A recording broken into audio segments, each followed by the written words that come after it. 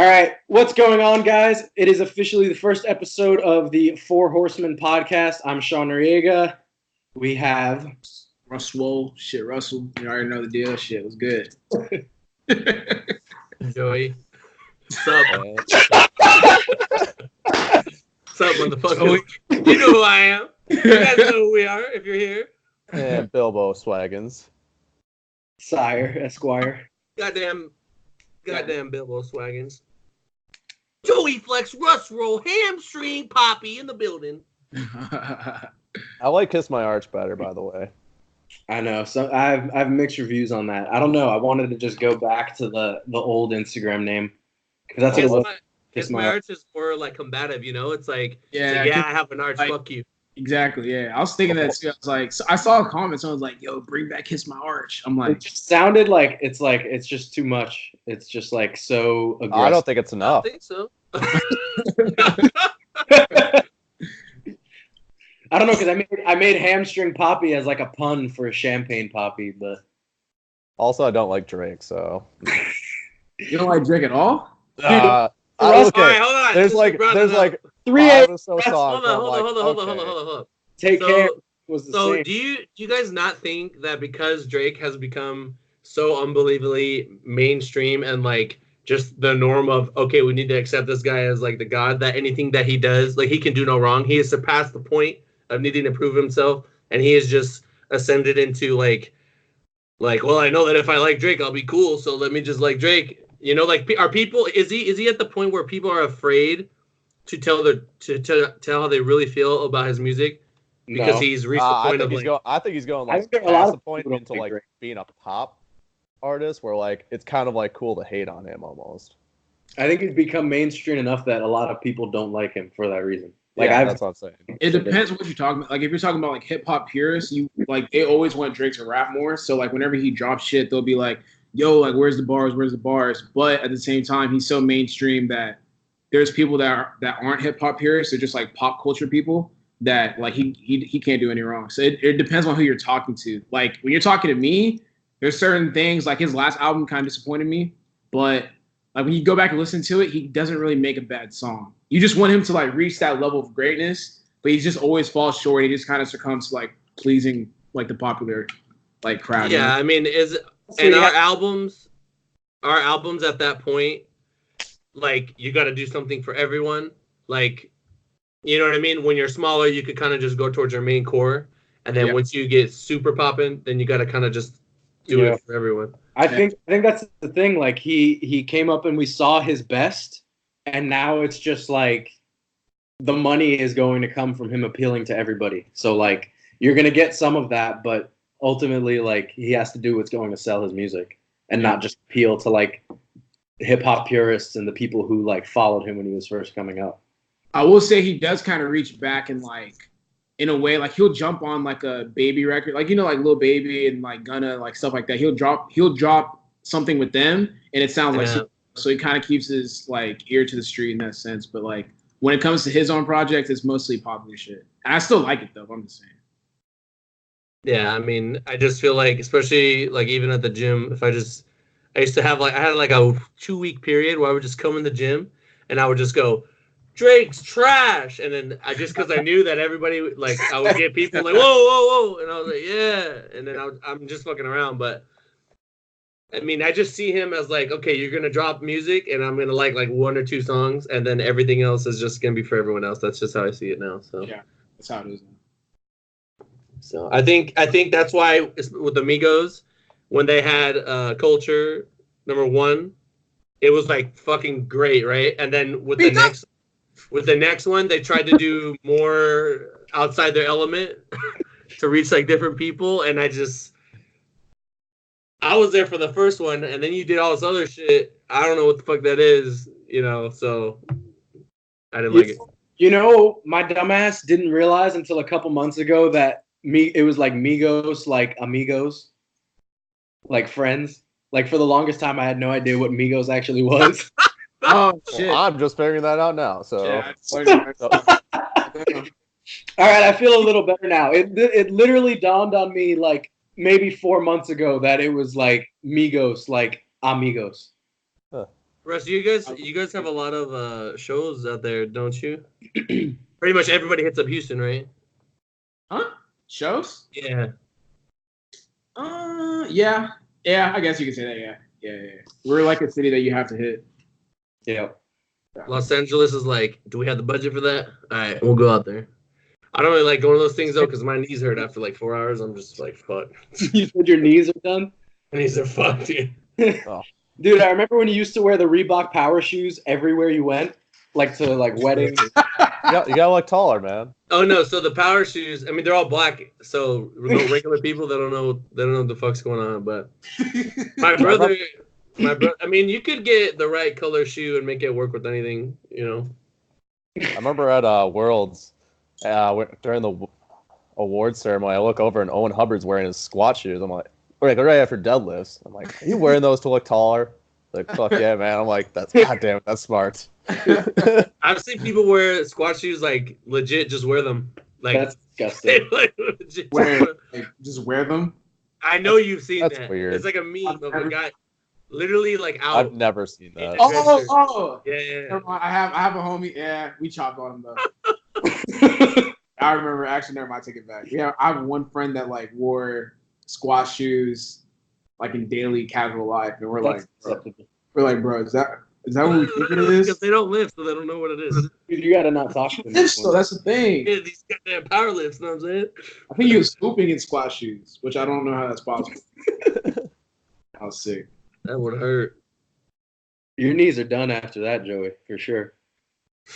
Goddamn. I'm telling you, I'm gonna be big for a little longer and then I gotta pull the chute, man. I can't do it. 205 Joey coming in.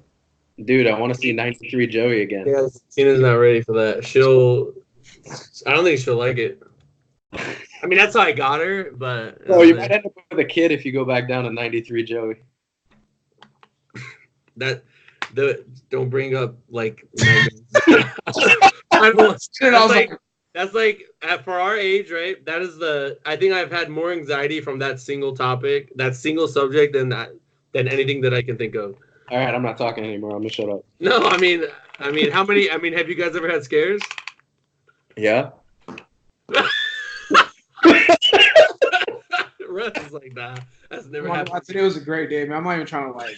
I had an amazing day. I'm not trying to like bring up anxiety and shit. He's thinking now. He's like, shit, wait a minute. Hold up. We're not gonna do all that. Let's move on. Next topic. So the Wilks formula. All right, so Wilks. What I liked about Wilks was. Boom. What I liked about Wilks was that. I see Ray as like, holy fuck, look at Ray Williams, right? I see Sergey as holy fuck, Sergey, he's incredible, right? You know, Brett Gibbs, John Hack, Taylor Atwood, Keith Mahoney, all the guys that were at the top, the Wilks had favored them and given them high scores, right? So I thought everything was fine with that. It got a little weird if you got into like the super, super low weight classes, right? And then obviously for the heavyweight classes, there comes a point where you could literally be heavier. It's gonna benefit. Like it doesn't even matter at that point. I'm drawing but those are so far, like so far, different ends of the spectrum that who cares? It's gonna affect such a minimal amount of people. With the new formula, I just don't like how somebody like Ray Williams, who I regard as like literally one of the strongest powerlifters that exists, right, is scored very low. If you're to compare him to like an 83 or a 74 or something, like there shouldn't be people getting top 5 in a class that supposedly, according to this formula, are all stronger than him if you're comparing them to other classes. Now, I know that population size is a thing. I know there's a lot of other factors go into it, and according to Sean, the math is sound. And I actually don't know if, Sean, I don't know if you think that, like, this is better than Wilks, or if there will come a point, like I said, like, let's say down the road we have nationals where it's only 10 people per class. They take the best 10 and they do it per class, and then they do best lifter based on that. Would that create an issue with the way that it is right now? Do you get what I'm saying? Would it change the form, like how the scores work out? So it's the same formula, but so when they did this formula, did they take all the powerlifters that are currently like in there? They took the pool of all lifters in the IPF. So they literally take the entire population of everyone who competes in the federation. So what happens if it grows? They change it every 3 years, don't they? So I have my graph right here, right? So basically the way that this works, right, is mathematically the IPF formula is a lot more sound than the Wilks formula. And the reason this is, I don't want to go too much into the math behind the Wilks formula because like this, you know, we're not going to talk about math on here, but like it breaks down. Like if you go on a Wilks calculator right now and you type in like a total that Ray hits at 400 pounds, right? If you type in that same total and someone like 550 pounds hits it, that person's Wilks is going to be higher than Ray's, even though they hit the same total. The math, how many people are going to ever weigh that much and compete? You know what I'm saying?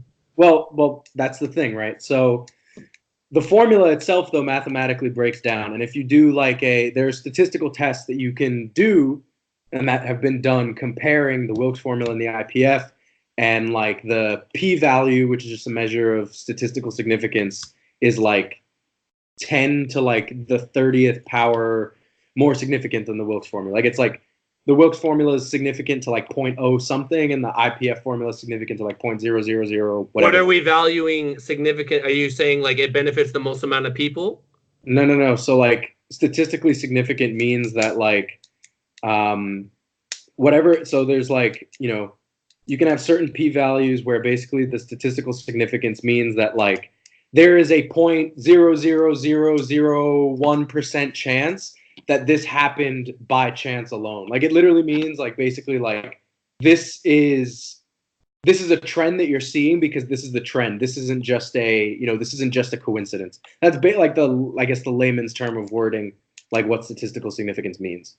Okay, so I'll go into why very like generally why Ray, for example, doesn't have a high IPF score compared to the Wilks. So the way that this works, right, is like if you have, this is like a normal distribution. It's like a bell curve. I'm sure you guys have, I don't even know if you could see this, but you know, you have a bell curve, which is basically just like you have a distribution of like where somebody stands, you know, performance-wise, right? And like most people, if it's a normal distribution, which you can usually assume if the sample size is large enough, right? So if you have a large enough sample size, you can assume that a population exhibits a normal distribution.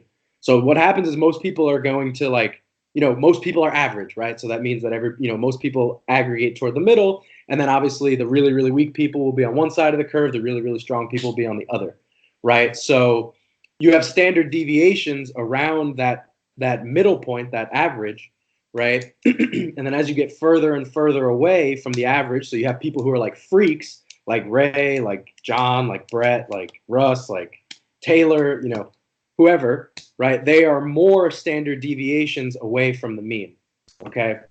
But the reason that you have somebody like Ray, for example, whose IPF score goes down relative to other people compared to the Wilks, is that the standard deviation is going to vary based on how many people you have in a given weight class, right? So if you have, you know, let's say, just for argument's sake, let's say you have 1,083 kilo lifters and, you know, John's total is so much further away from the average, right? It's like, you know, however many, you know, hundreds of pounds away from the average. It's more statistically significant that he's that strong because he's proven, okay, there are 1,000 something people in my weight class and I am so far away from the average and I'm the best one in the weight class. So what that means is that it's gonna end up being more statistically significant that he's that strong. The problem with Ray and the reason his score is not as high is that there aren't that many people in the weight class. So statistically, you're not going to end up seeing as much statistical significance because your sample size is so small, right? Like think about how many people you have in a super heavyweight weight class. Usually it's gonna, you know, all it is, right? You have like you have Ray, you have Kelly, you have Jezza, and then you just have like a bunch of fatties with like weak ass totals, right? So basically, it's unfortunate, right? Because we know that Ray is like a 1 in a million lifter, but the reason mathematically his score is so low, right, is that you haven't had thousands or hundreds or thousands of people competing in his weight class to prove that, hey, like this dude is this impressive because he's a genetic freak. So then how can you compare him, because we don't have enough population size? Like if populations were all equal, would this formula break? No, it wouldn't break. Oh, okay, so it would work the same. Like the distribution that you get, like any group of like in a weight class, right? No matter how many you have, you can always calculate an average and you can always calculate a standard deviation, right? So whether you have 20 people in a weight class, 200, 1,000, you can always find those numbers, right? So based on how far you are away from the mean, that determines your IPF score, right? Okay, so the problem comes from comparing small sizes to large sizes.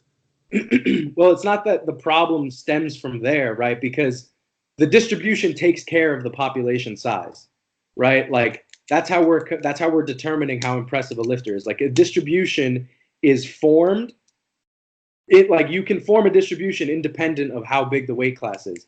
Like I agree with you that the formula is not perfect because it is, it's I haven't looked at the formula in a while, but like it is a little simplistic because like I totally agree. Somebody like Ray should have a much better score, right? But the unfortunate part of it is just that like there aren't that many people that. So what you're saying is he needs to work even harder if he's competing against a guy in a smaller class to get higher points. Well, yeah, exactly. But that's the same thing with like Wilks though. Like the 83s got totally screwed. Yeah, I mean it's the same. I thought you were. I mean, the 83s were up there, but it would be really, really hard for an 83 to. You'd have to be like you'd be fucking dumb. Like you'd have to be like John. I'd have to be like Ed Cohen levels to be like. Yeah, so I guess if you're looking at everyone, you're benefiting like that class more, but like, different people are getting fucked over now. With the Wilks formula, it used to be the two ends of the extreme, right? Like the super light and the super heavy benefited from the formula, and now it's the middle is benefiting. I mean, we're trying to do something like it's almost impossible to truly say this person in this bigger class is more or less valuable than this person way the fuck down here. Well, yeah, it's like what do we?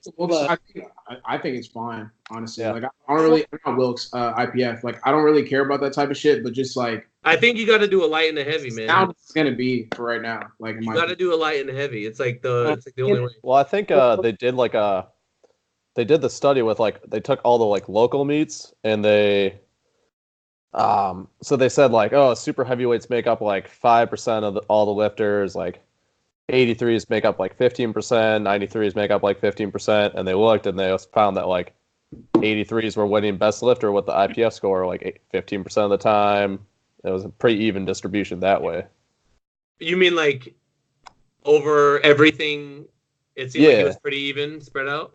Yeah, like the math makes more sense than the Wilks formula. I mean, the fact is, right? Like the Wilks formula benefited certain groups of people, right? It benefited the 59s and the super heavyweights, and fucked over the 89s and the 83s and the 93s. And now the Wilks formula or the IPF formula, right? It's fucking over those heavier guys because now it's so much more dependent on the population size, right? It depends on how many people are in a weight class because that's ultimately what determines like whatever number you hit.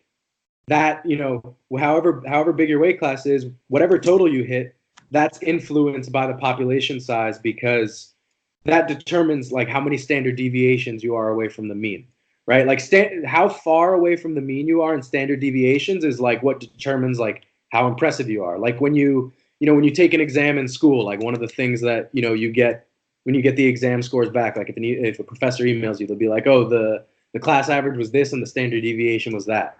Right. And like if you performed like let's say 2 standard deviations above the mean, it's like okay, like I did really fucking well. So think of it like this, right? Let's say Ray Williams is the first person ever in the history of the planet Earth to squat fucking 1,200 pounds. Yeah. Right? Everybody that's gonna make noise, right? People are gonna hear that fucking that shit might be on the news, whatever. Not But there's, I mean, he was on ESPN. but like 583s are better than him according to the formula. Like, how does that make sense? You know what I'm saying? First person ever on earth to do this thing, yet these other 5 guys are considered more valuable than this one impossible thing. You know what I'm saying? That's all to me. That's why I'm just like, that shit don't seem right. But I know I agree with you. It's rare, Yeah. but the reason the math doesn't work is because how many other 400-pound dudes have tried that, right? Like, if you just don't have a big enough sample size to conclude that he is that much of a freak. yeah, I mean, and also when you look at strongman, like, no one's fucking with Thor. You know what I mean? No one's fucking. No, the shit. Their meat is like, no one in powerlifting could do one of their meets. You know what I'm saying? So it's just like, if we were to do, how would you? I don't know. I just think big people that can lift big ass fucking impossible shit should be kind of valued. Obviously, that kind of alienates 99.9% of people, but at the end of the day, we got to come up with something. I just don't think I thought I like what they did to Arnold with the lightweight and the heavyweights, because Mikey, I remember it was like Mikey, Bryce, and Ray, and they were all fighting for points, and it was really close. Like, I was like, okay, what if Mikey pulls? Okay, what's Ray gonna hit if he pulls this? And it was like really neck and neck. So in that sense, it kind of worked. I don't know if it's gonna be like that every time, but if it was like throwing the 93s, we're fucked. Like, there's no shot. All these 3 big guys don't even matter. I think that definitely makes it more, I guess, fair. And like, you know, like we have like our intuition about like what's more impressive without the math. Like, we all probably would agree, like, you know, intuition wise, we're like, yeah, like Ray's squat is really fucking impressive. And we could like look at a lift and be like, yeah, that's more impressive than that. But, like, we don't think about the math in our head. We just like kind of have this idea. So what happens is if you break it up in a light and heavyweight, right? Like, essentially what you're doing, right, is like you're narrowing the gap. Russ is out. He's like, I'm fucking done with this topic. If you go lightweight to like middleweight, right, like the number of people in each weight class, they're closer than if you go from lightweight all the way up to heavyweight, right? Because like as you get heavier, the weight class size decreases, right? So if you do light and heavyweight, it does make it more like fair in your eyes. A little bit better, yeah. If you do light and heavyweight, you're not gonna look at whoever won and be like, I don't know if they should have won. Like, it'll make it seem more like intuitive. The you know, whoever wins will seem more intuitive. Do you, with your vast understanding of statistics and mathematical devices used to solve complex problems, do you think there's anything else in general that you're like, hey, they should like consider this, or do you feel like this is the best possible thing that we could have thought of? No, I mean, I honestly wouldn't know where to start with writing a new formula. I have a lifter, Jared Harmer, actually, who helped work on the formula. He wrote this massive paper with his own formula in it, which, in my opinion, is like, it's pretty impressive what he did. It's like this. He wrote like this massive, like 90 fucking page paper. It was absurd. But I wouldn't know where to start with that. The bottom line is, like, me personally, I don't give a shit. Like, I don't care to compare myself to people in other weight classes. Yeah, I mean, bottom line is, like, I care about like what the people in my weight class are doing. Like, well, you got to out total the next guy. Yeah, so I care about out totaling. I don't give a shit. Yeah, and then within your class, everything's fine. It's just when you're comparing against other classes, that's where it gets kind of weird. But so yeah, in that sense, in that one specific sense, yeah, it's weird. Otherwise, it's fine. So one thing I will say though is, like, you know how this doesn't matter because the squat challenge is not a real event, but I thought it was really stupid that they broke it up into lightweight and heavyweight, because like the way your strength scales with your body weight, like the lightweight dude, the lightest guy in the lightweights and the lightest guy in the heavyweight should win, and that's exactly what happened every time because they double body weight. Like they were they were deciding who wins based on a body weight multiplier, but we know that it's harder to do more of the same multiple of your body weight as you get heavier. So like anybody could have figured out that the 4 foot tall 59 and the 93 were going to win the event. It was like if I put Andres in that, it's over. Yeah, it's over, dude. It's fucking. That's such a dumb event. Yeah. But do y'all care about like No. Do y'all ever care about Wilks or IPF points like and all that shit? I care about it if I fucking absolutely have to. Like, all right, this guy goes to Worlds based on it, then I have to care about it. But otherwise, I don't give a shit. Like, I think for me, like, if I hit 2K at 181, I think that's like the biggest Wilks. So that, like, I'm kind of excited for that if I hit that. But I've never really cared for it. But isn't it just like the total number? Like, isn't that more? Don't you care? Aren't you tied more to that than just like your will? Yeah.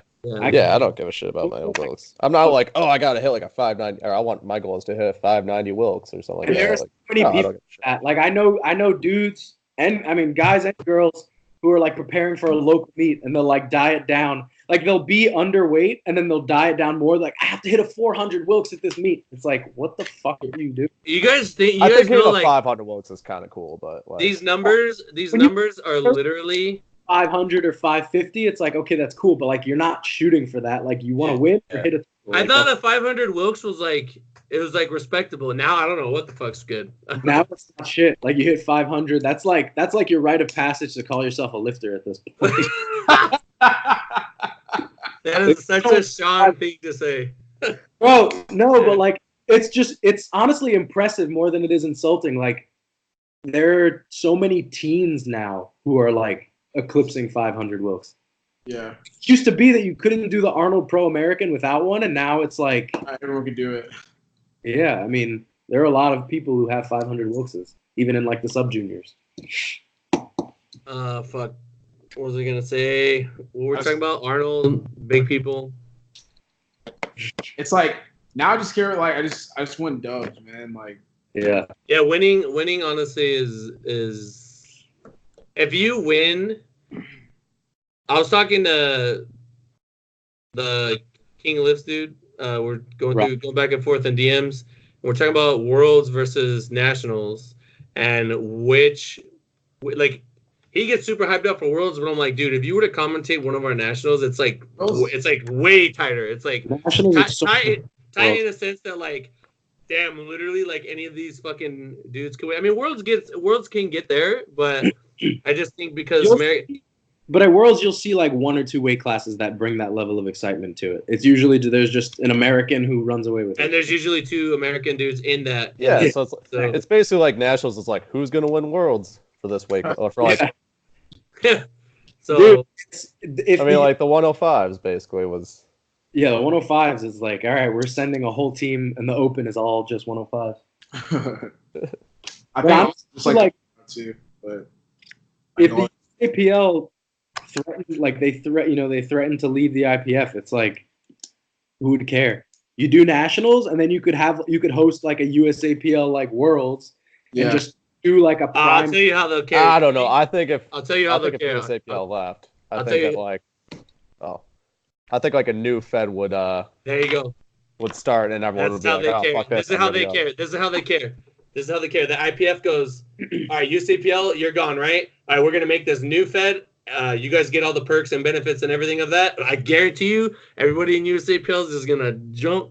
I don't know. I would say everyone except for like. Maybe someone who's like number 3 that's like, oh, I can't win. Yeah, they'll stay so they could win. I get you. But I'm telling you, that having the gateway to the world level legit is like it's too rare. It's too valuable. Like, you know what I mean? I agree. If USAPL broke off and they were like, all right, like we're gonna do Nationals and then like pick from the top of the top at Nationals and host our own thing, like I feel like it's more exciting. Like it's essentially the U.S. wins every class with the exception of like one or two sneak in every year. You know what I mean? I don't know. I mean, our lifestyle here is very different, and it allows us to just put a lot of time and effort into training. I would be curious to know what other countries, like how many people in other countries have the freedom where we could just like. You could literally make a living online and train fucking 9 hours a day if you want. You know what I'm saying? I mean, I know they do, but they don't have to make a living online. Their country pays them for lifting. But I'm sure they're big bags, so they don't even have to do anything online. They're just chilling off of like what they actually do, and that's what they do. Like they just compete, right? I'm not. I know that some of them are probably like that, but I'm sure it's probably a low priority. It's probably a low priority for most I other think that countries. some of the countries like they got paid like. I think for like weightlifting, yeah, but I don't know for powerlifting if they're making enough. I don't see Like, what. like I think they get some for like going to Worlds, but because there are like some countries that are like really, really, really big in Olympic weightlifting, and then like they have a team for IPF Worlds, and those lifters just aren't good. So like to me, that says like all the young talent gets funneled into the Olympics, and then like kind of like the backwash goes into the IPF. Yeah. Do you guys? This can. I know we have another topic that I'm gonna transition us into by asking this question. You guys are all very high level 83s that I've had the fucking pleasure of knowing and coaching and becoming friends with. And you guys are looked up to by a lot of young bucks, but you all have different lives outside the gym. And I was wondering if you guys would want to just kind of talk about what briefly. I mean, if you guys watch Russ, you guys already know. Maybe Sean's already talked about it, but like basically, like Russ, for example, you could give your life allows you to give as much time to training and recovery as you want to. Correct? Yeah. Meaning, if I tell you, hey man, look, we got busted 2 a day, you could probably do it. You could probably, I mean, you probably wouldn't want to, but you could do it. I mean, one time you did. You remember when you went back to squat? Like he could do it. You know what I mean? Whereas like John, for example, I think you work a traveling job that's like 9 to 5. it's 9 to 5 when I'm in the office. So like if I'm traveling, if I'm doing like an install, it could be like a 15-hour day, which kind of fucking sucks. Yeah, but you still are able to hit your marks and get your training in and perform at a really high level. Yeah. Yeah, but like I'm pretty flexible with my training where like if you told Russ like, hey, hit a 2 a day this day, he'd probably be like, yes. Whereas I'm like, I'm gonna be in I'm in Grand Rapids right now. I don't know how long my day is gonna be. I don't know what my training's gonna be like this week. But my point is you're still getting it done. You're still obviously the best raw 181 lifter in the world. You know what I'm saying? Yeah, I still get it done. Yeah. So, Sean, I mean, I remember when you were in school, I don't know if you were working too, maybe you were just coaching, but it was like you probably had the hardest. You probably had it the hardest out of everybody here right now. My junior year, I was in. So like at MIT, you usually take 4 classes, like that's the standard, and it's usually like 3 technical and 1 like humanities. And I think it was my junior spring, I took 6 classes, 5 were technical, and 1 was a humanities. And like, I mean, you remember I would work out in that one dorm gym from like 1 to 4 or 1 to 3, 1 to 4 every night, and then like finish up work after that. Like I would start work at like 10, work till like 1, go to the gym, and then like work from like 4 to 6, and then wake up at noon, and then just do every day over. And when you're running a crazy schedule like that, this ties into the next topic we had, which is like extracurricular activities, like specifically like partying, drinking, just doing shit like that. Someone like Sean, you can't afford to do any of that shit when you're fucking like, what time do you have? Mm-hmm. You know what I mean? Is that why you don't partake in the act of alcohol consumption? I don't know. Ever drink? The last time I drank was in high school. So like I didn't drink. Like all my friends growing up, like everybody partied in high school. Like most people, I would say, like we'd consistently have parties every week, like my sophomore year in high school up until the senior year. And then I started drinking like my junior and senior year a little bit, and then I got to college, and I feel like it was just more of like a health thing. Like for whatever reason, I would just feel like guilty about it.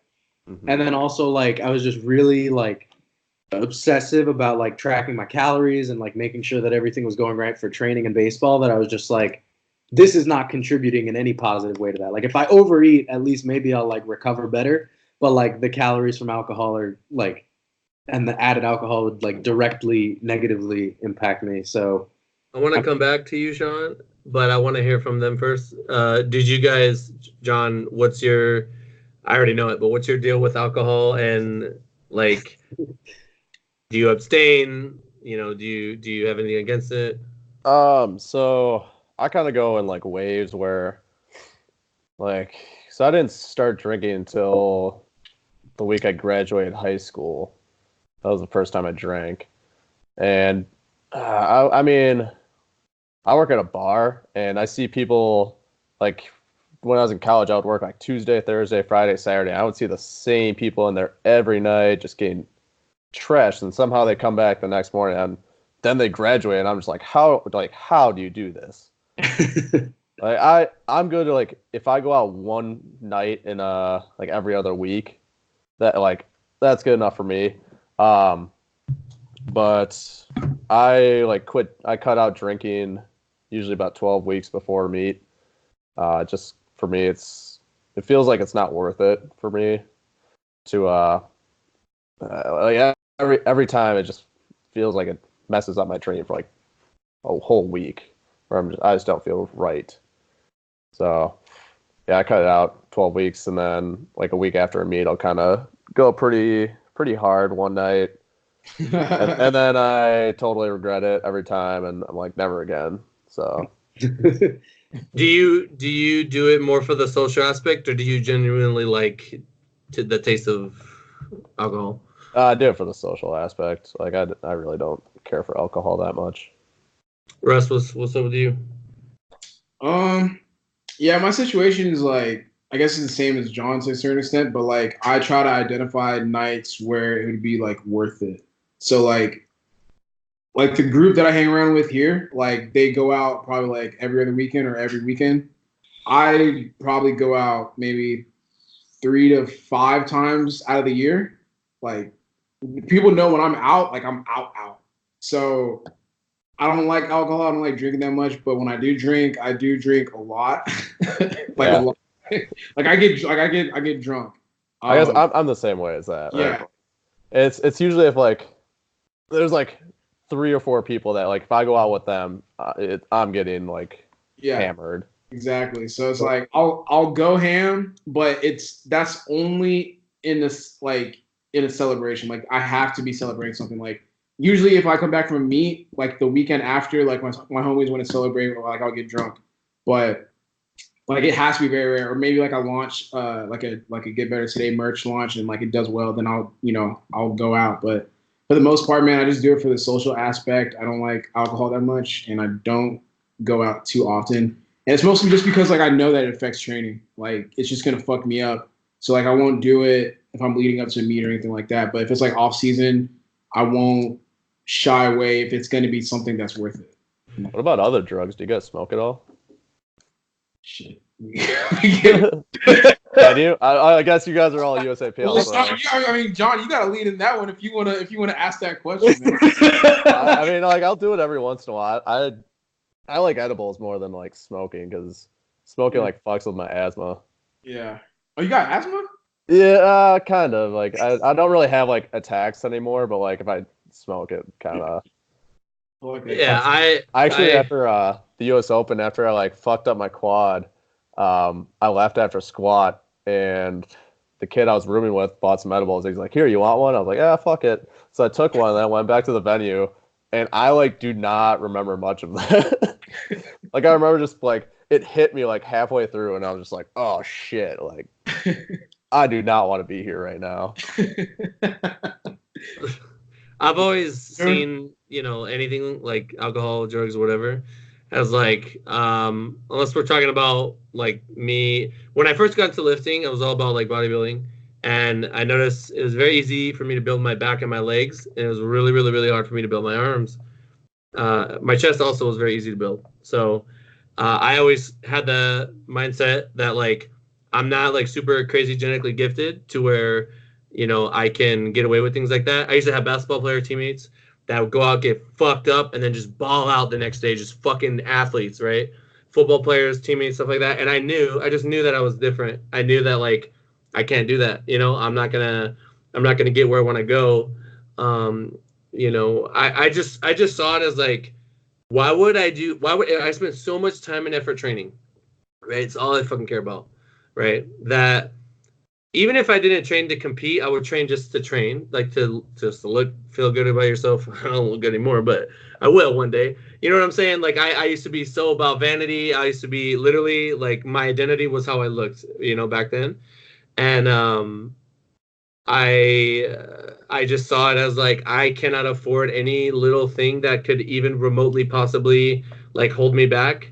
And I've like lost on social contacts and experiences just because at the time, I mean even now I won't go to social gatherings if I know everyone's just gonna be drinking. I mean it's fucking hard to get me to leave the house anyway because time's money, you know what I'm saying? But And you're but it's just like I don't know, Sean, if that's kind of how you felt. Like, did you ever feel like damn, Russ's like base power level is fucking way higher than mine. I gotta bust my fucking ass, and I need to train. I need to bench 37 times a week, and I need to squat 97 times a week, and deadlift 37 times a week, even to even be in the same conversation as him. I definitely felt that way. Like, I remember in high school, like people started drinking and stuff like that, and I never viewed myself as like a talented individual. Like I always thought that I would have to outwork people to get to where they're at, and like I definitely felt that way all the way up until like I dropped out of college, and then when I started hanging around these people, I just like I guess I was just like, you know what, man, like one night isn't gonna fuck up everything. Like it will set you back a little bit, yeah, but it's not gonna fuck up everything. Like it's just like I used to think the exact same way.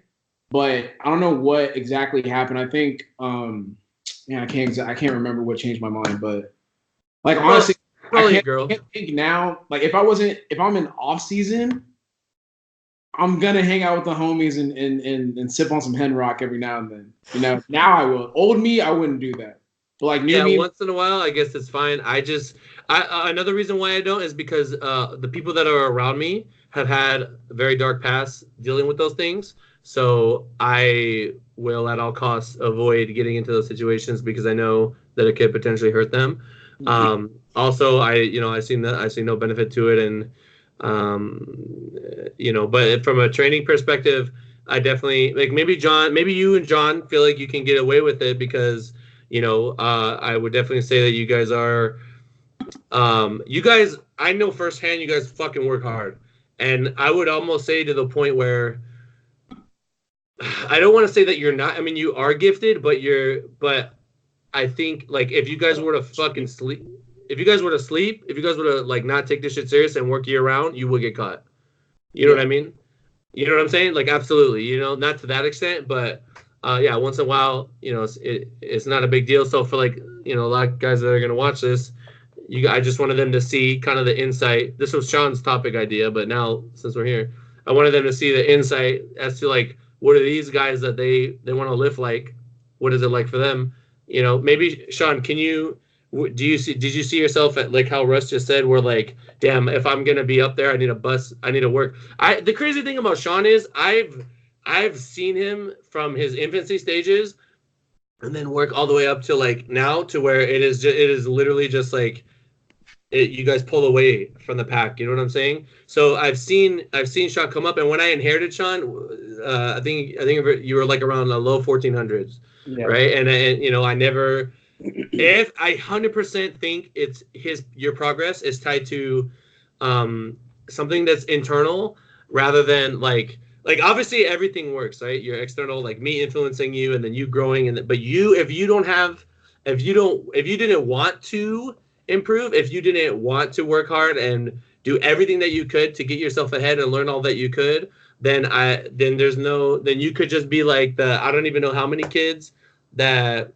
have the total that you had when you started. You know what I'm saying? Dude, your fucking technique when we started was like so different. You pulled conventional, you benched like I don't even remember how you benched, but it was not like this, and you pulled like a man.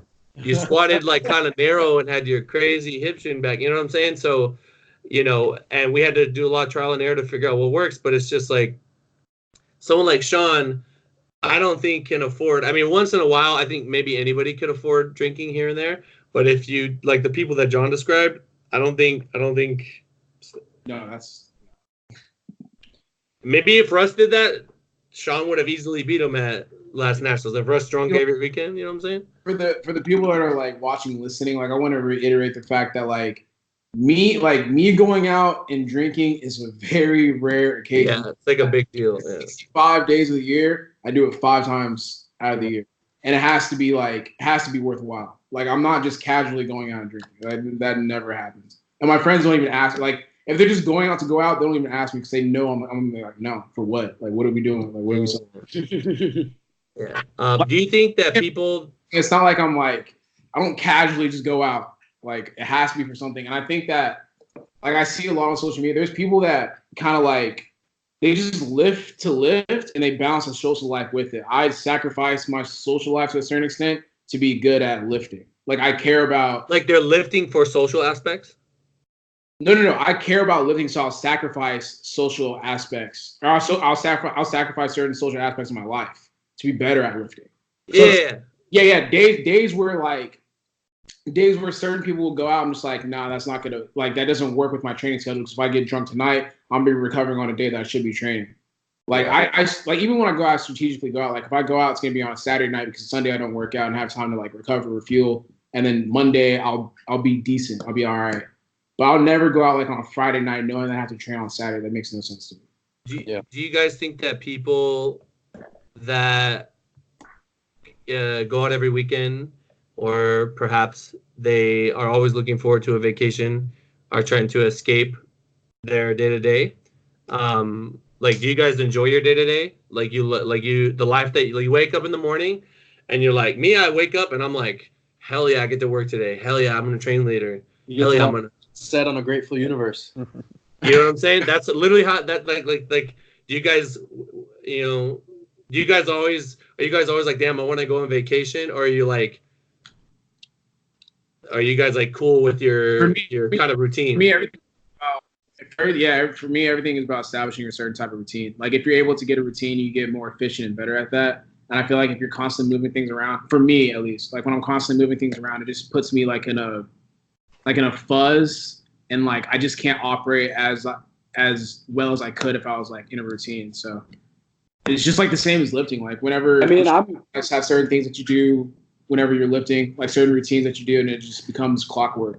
And I feel like if you're constantly looking to escape, you're constantly looking to change things up, then you're not building that consistency. So like how keep doing that? I think I fall into neither category. So like you said, like, are you constantly looking for an escape? You're looking for a vacation, or are you like happy with things? I mean, you guys, I talk to you guys frequently enough for you guys to know that like I'm definitely not happy with where I'm at right now. Just recently graduated, I'm going to leave my job. So there are like a lot of things I'm trying to figure out. But for that reason, I never want to go, like I never think about going on vacation. I never want to like escape or use these avenues of, whether I'm drinking or, smoke, like doing drugs, whatever, like none of that appeals to me because of me feeling like I'm nowhere near where I want to be right now. Like I have all of these things that I want to accomplish so badly that I haven't reached yet, that I just feel like if I were to go on vacation, like I'm just standing still. Like I'm ignoring the things that like keep me up at night by doing something like that. You know what I mean? John? I'm like pretty like content with where I'm at. I'm not like waking up in the morning like, fuck yeah, let's kill this day every day. I have my days where I'm like, oh man, I am tired. I do not want to go to work today. But yeah, most of the time I'm like happy with what I do, and just waking up and grinding.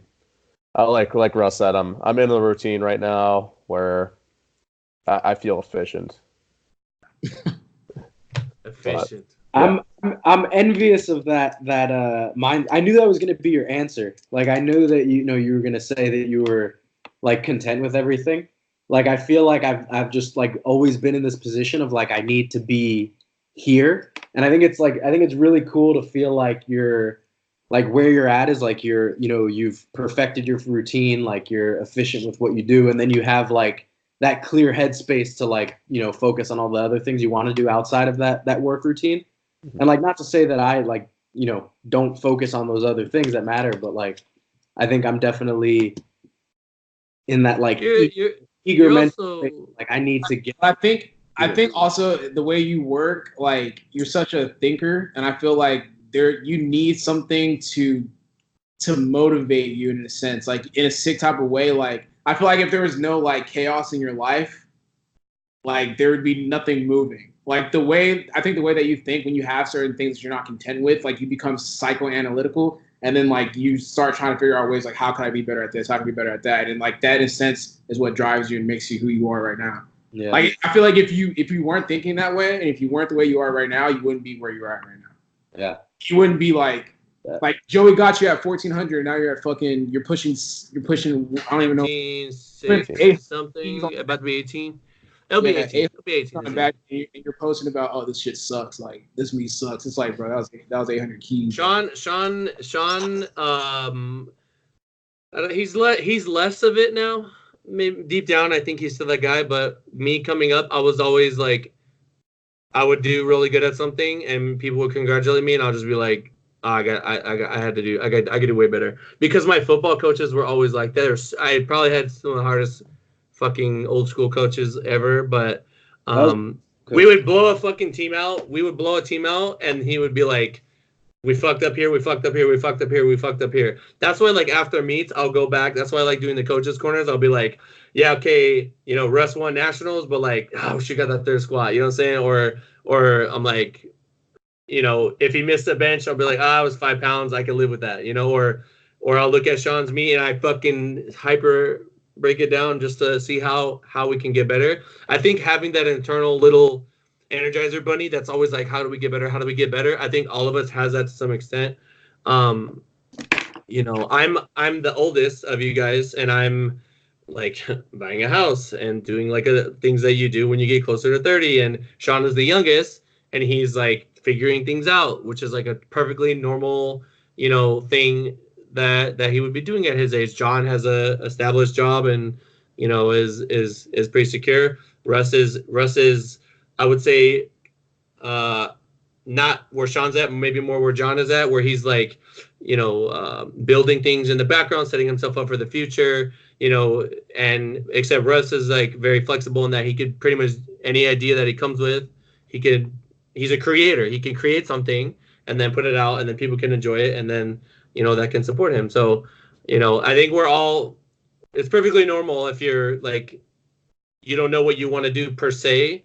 But if you shout to this guy, Ron, from the gym, he actually said this yesterday. It was amazing. He was saying how when you're young and you're trying to figure things out, it's better that you just pursue something and that you were working towards something, because if you were to just sit around and do nothing, you're going to be better off than if you just sat there like, I don't know what I want to do, so I'm just going to do nothing. You know what I mean? Like, at least you're moving towards something, and then through the pursuit of that, it's going to help, like, clear the fog and figure out where you want to go. Like Sean might, go on. Yeah, I'm about to go too. I gotta go to the bathroom. But Sean, you might go on some auditions. You might go on fucking 100 auditions, and something might click in your head, and you'll be like, "Damn, this isn't what I want to do." Or you may want to do it even more, because you're doing that. And I hear from young actor dudes all the time, and I'm telling you, it's like, it is so hard to get in. It is so fucking hard to get in, but you just got to keep going. It's probably going to be, if that's something you're really going to pursue, it's going to be like the hardest fucking thing you've ever tried to pursue in your life, because it's like you're starting over. You got to prove to these producers and casting directors why you matter. You know what I mean? And it's hard. It's hard to do it off, and a lot of things are chance. How many times you hear of a big actor that, like, they were going to give it to some other guy, but they just didn't show up that day, and this other guy got it. You know what I mean? Or they almost gave Thor to Liam Hemsworth. Oh, fuck. They were going to cast Liam, and then, like, Chris got a last second. Like, he blew his first audition. They gave him, like, a second chance to come back in. I think it was, like, Vancouver or something, to do a second audition, and they gave it to him instead of Liam. There's, like, a million, like, fucking things like that, where it's, like, all the stars had to align for this perfect thing to happen, and then it happened, so... Yeah, man. I mean, here's the thing. Like, I feel like I've always been in a position with, whether it was, when I was in high school applying to colleges, or being in college, picking a major, or after college finding a job. I've always felt like I had to like grit my teeth and just like do what I was supposed to when I didn't want to do it. But the idea of like something being so overwhelmingly difficult, it doesn't bug me because I know it's something that like I care about on such a deep level. Like I'll just like, I mean, like it's the same thing with lifting. Like I'll just like in a just a sick obsessive way, just like do everything I can. And like I haven't had a meet yet where like it's gone the way I expected or like I executed the way that I was supposed to. But like you don't get discouraged through that. And obviously like acting is going to be a completely new level of something like that. But it's never something that like knocks me back mentally. And I'm sure it's the same deal with you guys. Like you just, when you care about something like that, like getting pushed back a few steps just like makes you hungrier to gain the extra one. Yeah. Oh man. Yeah. I mean, all else. I don't welcome, I accept them. Like Russ, was there a point? What was the turning point? I think you've already told me this, but what was the turning point for you? Like when you were playing football in college and you decided to switch gears and go like, I'm gonna be a fucking fitness person, which helped you find powerlifting, which is kind of. It was like, man. Okay, so we were when you're in the spring program, for I guess like I'm gonna go to the restroom real quick. You get texts and like emails like telling you when you're supposed to show up and meetings and all that stuff that you're supposed to do. And like I was that type of person, like I loved that type of shit because like I was like one of those tryhards in practice. Like I used to do all that shit. And whenever practice would roll around, I'm like, I would always just be looking like over across the field. I'm like, damn, I could be in the gym working out right now. And I'm like, why the fuck am I thinking about working out while I'm on the fucking field? Like I'm like, what the fuck? So I remember my last day of practice, we were doing run hole or whatever. Like, you know, when it's like 7-man box or whatever. It's like the lineman just running back, quarterback. And this dude, he's like, it was my rep. And I'm just like, now you got it. I just let him have my fucking rep. Like, you don't do that in football. You don't let people just take your rep. And I was like, I think I'm done with football. And I walked out and like I was walking away. And then I was like, you know what, man, I'm going to go ahead and just probably like tell the coach I'm going to quit. Like I called my homie the next day. And then like I was just like, yo, coach, I think I'm quitting. And, you know, I think I'm done with football. He's like, what are you going to do? I was like, just gonna lift weights. He's like, what the fuck? Worked out well for you. Yeah, he's like, you spent all this time lifting weights to make the team, and now you're gonna quit the team to go lift more weights. I was like, yeah, pretty much, yeah. So I don't know. I just found myself like I think Tim Grover talked about it. He's like, there's what is it, like process guys, and then there's I forgot what he fucking said, but there's people that like getting ready for it, like getting ready for whatever profession they have. And there's like people that actually like doing the profession and don't really like getting ready for it. And I just found myself being that process guy. Like I'm a process guy. So that literally that mirrors my exact experience with baseball. Like it was identical. Where like, you know, in high school, it was like around the time where like, you know, I mean, it's the same with every sport. Like, you know, halfway through high school is pretty much where like everybody starts getting their looks for colleges and recruiters start coming down. And because of that, like coaches are going to start stressing like, hey, you need to like get in better physical shape. You need to work out. You need to, you know, take your practicing seriously. And I just found myself like I'd go on tournaments with the team. We'd like go down to Florida for a week and play, you know, a series of games every day. And I was just like, man, like I want to go to the gym after the game. And, like it was just like you might have like a double header and it's like, you know, 105 degrees outside and it's like, fuck, I want to go squat. And I found myself like same deal. Like I'd be at practice and I would just think about like, I want to be lifting right now. And I felt exactly the same way. Like I loved training for it, but I just didn't have the same passion for doing what I trained for. Exactly. I liked full team, right? I loved full team. I loved games. I liked some of our endos, but the film, fucking everything else that we had to do, fuck the lifting. That was I would do other people's sets. I kid you not. I kid you not. I would do. I swear. I stayed after. I used to do other people's shit. You know what's crazy? If I didn't have that, so like freshman year, I didn't try out for the football team.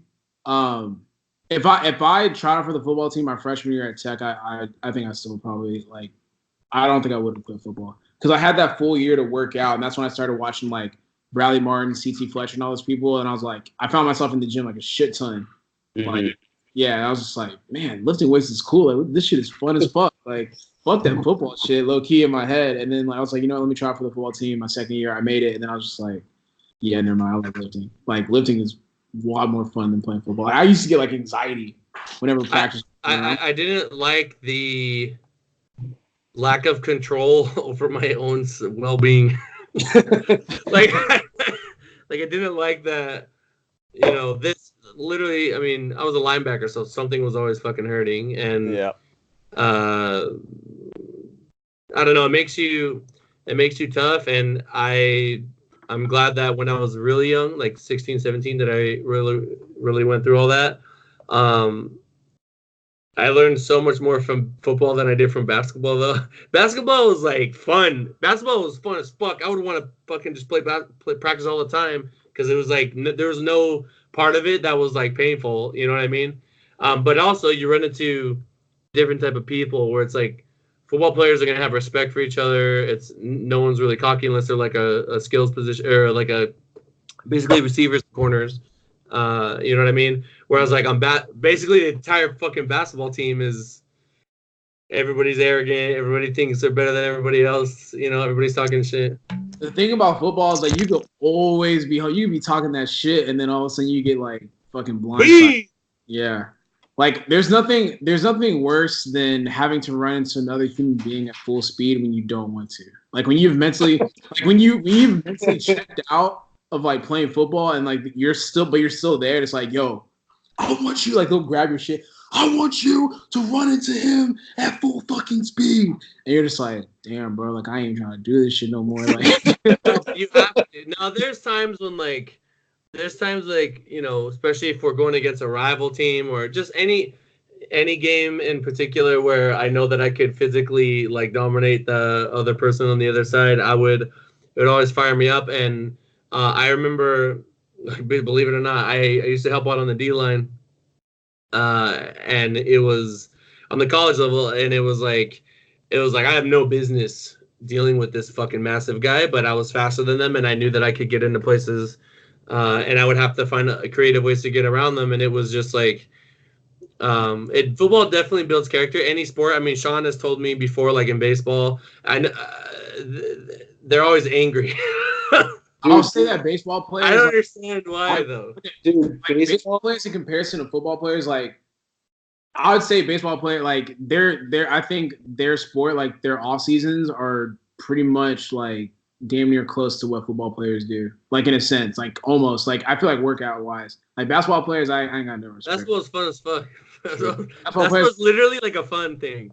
I don't know. The high school I went to, the baseball players worked hard as shit. Like I looked at their off-season program, I'm like, God, they're dying, man. Yeah, I'm like, yo, baseball is an interesting sport because, like, you know, physically when you're playing baseball, right? It's not a physically demanding sport in any way, like a sport like football is, right? Like nobody's gonna deny that.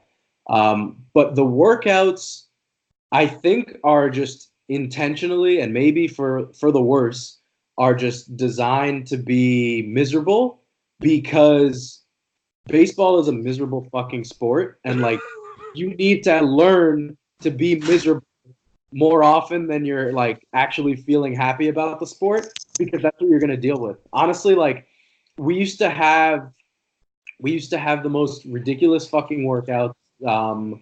I mean, very similar to the stories you've told me, Joey, about like your coach just running you guys into the ground. And it's the same deal. It's the mental preparation for dealing with shit sucking. Like in reality, like baseball, like you have to deal with the fact that you are literally failing more than you're succeeding. Like if you're a position player and you're hitting, right? Like if you're good, you're failing 7 out of 10 times.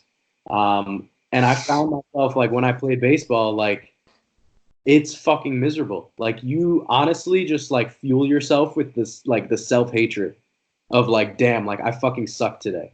It's like, you might go, like, here's the thing, right? Like, you might go 3 for 3 one day. You might hit, like, 2 doubles and a triple, let's say. You had a great day at the plate.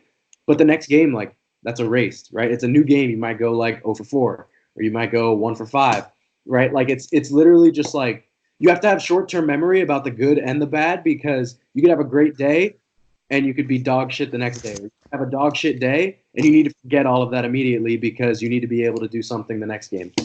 So I feel like with baseball, right? Like it's just one thing that my high school coach told us that like really stuck with me, and I think like I had coaches like this all growing up, which is why I'm probably the way I am. Is just he would tell us to not to take the highs too high or the lows too low. He basically just said like, you just need to stay here because all season you're gonna have some of these, you're gonna have some of these. Playoffs are gonna come around. You guys are gonna be winning games. You're gonna be way up here, and like when you let your level of excitement get way up here, that's when you fuck up and you go to way down here, right? He's like, you guys, literally, no matter what happens, you just need to stay here, or else you're not going to be able to perform. And you learn that shit at like 14, 15, 16. And it's crazy how like I feel like in the powerlifting community, you got people learning that like fucking 24 and shit. Like I was just gonna say the guys that come to me from playing a sport versus the guys that have never done anything athletic in their life, it is so astronomically, like dramatically obvious, like who has and who hasn't.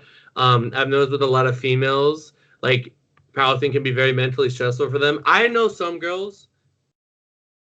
My girls are tough, but I know some girls that the stress of prepping for a meet and the expectation that they're going to be in front of people and they have to win is so much that it gives that they fucking hate it, but they do it. I know, and I tell them, I'm like, you hate this, and you're always complaining about it, but you fucking keep doing it. It's like I don't understand, and it makes me feel like the social thing. For girls is so powerful that like they would rather be fucking miserable with what they hate to be a part of it. You know what I'm saying? I mean, I'm sure there's some guys that are like that too, but it's just like I've always been a person that's like, if I don't like something, I don't do it. You know what I mean? I mean, I'll within reason. You know, I'm not just gonna. I don't have enough money yet to the point where I could just be like 50 Cent, you know, or Dan Bilzerian and just do whatever the fuck I want. You know what I mean? But you know, I think the playing sports definitely teaches you those things. Some sports faster than others. Powerlifting does teach you those things, but it's just like if you've ever ran a kickoff, then squat is nothing. Powerlifting is a joke. Like squat is literally nothing. A kickoff, all right, dude. If you're a kick returner, that is probably the most. Russ, I don't know if you've ever done kick return, if you're getting the ball and it's fourth down. That's like the most fucking like, dude, even for me as a linebacker, it's like, okay, I know this gap is going to open up and it is me and him. And if I fuck up, we lose and it is my fault. You know what I mean? I love those moments where it's like everything comes down to this, you know, where it all falls on me. And I, you know, even where I'm at now in my life, is like, I love throwing myself. I just love throwing myself like, damn, that's put yourself in that position where you need to rise to the occasion. And there's two different kinds of people. You're either going to rise and meet the threat. I love the fucking expression, meet the threat. I fucking love that shit. You know what I mean? I just love it. You know, it's like you're literally you're rising to the occasion, you're meeting the threat, or it's going to beat you. Yeah. I just can't. It's just crazy to me that there's like, it's not crazy, but it's just like it's wild to see that difference between certain people. Like you're just lifting out of power to me, and you're fucking psyching yourself out. Like, oh yeah, because they haven't experienced anything higher than that moment. It's like you know, people. I'm sure I'm about to piss some people off. It's like people that watch Game of Thrones, right? They've never. There's probably the first for them. Let's say it's their first form of long-term media that they've experienced, right? They haven't watched any animes. They haven't really, you know, maybe they haven't even seen Infinity War or anything like that. They're not exposed to people dying or things being like controversial or stuff like that. So when they see this show, they freak the fuck out, and it's like the biggest thing to them. When like if you watch Attack on Titan, for example, this shit happens. This shit is normal. This motherfucking main characters getting fucking ripped in half. You know what I'm saying? So it's like, you know, you become numb in a sense to certain things like that. And it's just funny to us when we see it in powerlifters because it's like, oh, they haven't experienced this. They haven't done anything else in their life that's going to bring them some. Yeah. But even shit like, let's say, you know, sometimes in training, shit just happens. Like it, like some days. I know where you're going to go with this. Some days, like 585 on squat, and like I'll be like, damn, it's one of them days. But there's certain people that like get depressed about that. Their shit. whole day is ruined. They're just a No, dickhead. not their whole day. Their whole month is ruined. I'm talking about. I don't even know if I'm gonna keep lifting anymore. Like, I don't know if this shit's for me. It's like, what? Like, I'm talking about the full cash, and I'm like, damn, dog. Like, nah, dude, it happens. I mean, that's like that goes back to like,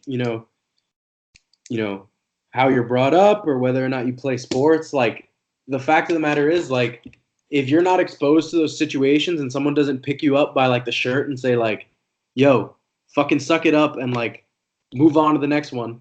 Like, when you face those situations, it's the end of the world to you, because in past experiences, if something like that happened, right, like you were either like coddled through it, or it was like, your negative emotions toward it were kind of reinforced. Whereas you, like some other people, like if you played a sport and had a tough coach, it was just kind of like, fucking toughen up. And like, in a sense, but the good thing about powerlifting is that it does expose people to it more. Like, a lot of regular people, like anybody could just fucking do it. So at least they're getting that experience somehow. And if they stick with it long enough, I think they can overcome that and eventually get to where somebody that played a sport is at.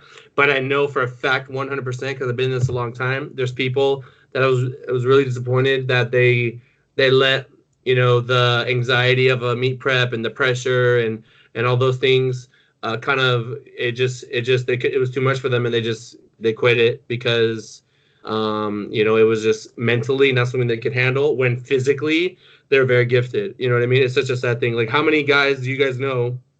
I've had lifters that, not even in powerlifting, but like gifted fucking athletes that just like, this shit's hard, I won't do it.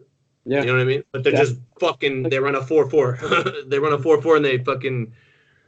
I played baseball. He had the perfect build for baseball, 6'3", 6'4", like 220, fantastic pitcher, fantastic hitter, and just like mentally was just not tough enough to stay with it. He fell off, and I mean, he doesn't play anymore. So it's a shame, because naturally, talent-wise, he would dominate despite putting in no work. And then as years went on, you get to college, the stress of like, all right, like, it's, this is your last shot, right? Like, this is the final frontier that determines whether or not you go play in the major leagues or like fucking done. And, just couldn't handle it. And, it's a shame to see that happen, but there are a lot of people like that. It's so funny how people will say like, oh, you're genetically gifted. I'm like, man, you don't even know. Like, you don't know. That's why I was gonna say, because I work with you, I see how you are, and everything, and it's like, Russ works hard, and he doesn't seem, you don't seem like, you're not okay, like you're above average in powerlifting. I know some football players that like, bro, I'm like, y'all can say this shit. I got homies like, bro, if they decided to ever just fuck around, it's like, man, football players that just fucking. They text you one day, they're like, yo, I just squatted 700. Is that good? There's football players usually that they don't even know how to lift right. Dude, wait, time out. This is something that kind of pisses me off, where like, there are obviously like in some football weight rooms, like some disgusting lifts that just look like dog shit. But like, sometimes you'll see like Bleacher or like ESPN post a squat that's like an inch or two above depth, and every power lifter just like reshares it. They're like, this wasn't the depth. It's like, guys, like, you've trained every single day to do the same 3 lifts for the past couple of years, and this guy just like had to test his squat like one day before actually practicing. I almost, anytime someone's like, Russ squats that, I'm like, yeah, please don't tag me in this again. Like, bro, this guy literally trains for like 3 months in the off season, and he's able to just squat this with a fucking shitty belt. I'm using like a fucking 13 millimeter shit. Like, bro, get out of here. Like, trust me, if he wanted to, he'd be like light years past where we're at. So stop doing all that stuff. It's just funny, like, oh, we do more. I'm like, bro, I think it's just natural for humans to compare. Like, we just fucking compare everything, and it's toxic. It's so clueless. It's like comparing someone that's been like doing archery for like 10 years versus someone that just picked up a bow and arrow and decided to try and hit a target. That makes no sense. Motherfucking goddamn comparing and being toxic is like a whole nother thing. But how long we been going? We've been going already. It's not that long. We've only been like officially on for like an hour. Hour? Yeah. I did want to ask John, like, how did that? I didn't get to listen to the podcast, but what? I know you went on there with King of Lifts to talk about like the GOAT conversation or some shit like that. I know when it first came up, we were all talking about in the group chat how can you even like say there's like a GOAT, like Yeah. what are the measurements of like what makes a GOAT, you know? So I don't have that conversation go. I didn't even really listen to it yet. I don't even remember. I think I like brought up. I said I was like kind of pissed about it when I first heard it, because I was like, go fuck yourself. Like I beat that guy. Like I'm better than him. I think he does that though just to create like buzz. You know, he just. Which at the same the time, era of this I was like, oh, I'm like super glad you did that, because like that kind of like that got me like the fire burning again. I think I hit deadlift PR like the next day just to be like, fuck you. I think like that actually like is like the biggest thing is like it'll drive me nuts. Ooh, you gotta up those to like 5,000 I use. Are they paying you though, man? That's free advertisement, bro. What you doing out here, guys? We better get a cut of that. I thought that was interesting. I'm like, I feel like there's obviously people like there's obviously like number one lifters in the class right now, but also at the same time, like I think the GOAT conversation is like a legacy type of thing. It's like maybe in the next like 5-6 years you can start talking about like, all right, this person might be the GOAT in this weight class. But I think it's still like being written, like the story is still being told. So like to say that someone is like the GOAT, like greatest of all time, that's premature in my opinion. Yep. Way too. Yeah, I mean, like I guess I kind of took like when they said the GOAT, it was kind of like who's like the best right now, because the only thing permanent is so impermanence. new. People say the GOAT when they don't mean the GOAT. Like people will use the GOAT to mean the best right now, even though that's not what the GOAT means. Yeah. Like I mean, like the best right now is like the greatest of all time, kind of, because that's also a good point. It's always gonna change though, right? Well, wait, hold on. So to say GOAT means of all time, I guess, but it's temporary. Is it? Well, that's the thing, right? So if you say the GOAT, referring to who's the best right now, it is the best of all time because powerlifting is the best it's ever been, right? So like technically that's correct, but I don't think you can start saying that until we start to see some leveling out, right? Like the totals in every class go up every year. So until we see some sort of carrying capacity and things start to like equalize, and then people pull away from the pack and can do so for like an extended period of time. Yeah. Like until that happens, I'm like, we need to see like a period of time of just complete dominance. Like I feel like I was just gonna say that. I mean, who knows if from now, maybe when we're fucking 50, people will look back and be like, "Nah, I ain't got John." No, you never know. People might look back and say that this was the best time ever, or people might say we're trash and there's way better people. You should be able to look back in like the next 5 years, 7 years. I feel like, and we can start talking about like, okay, this person's really put together a string of years where they're obviously the more dominant athlete in their class. Yeah. There's some people that. Hold on, my dog took my shoe. I'm gonna go get it. All right, Joey's not here. I can say what I'm trying to say. I think that like with every sport, there's a limit to everything.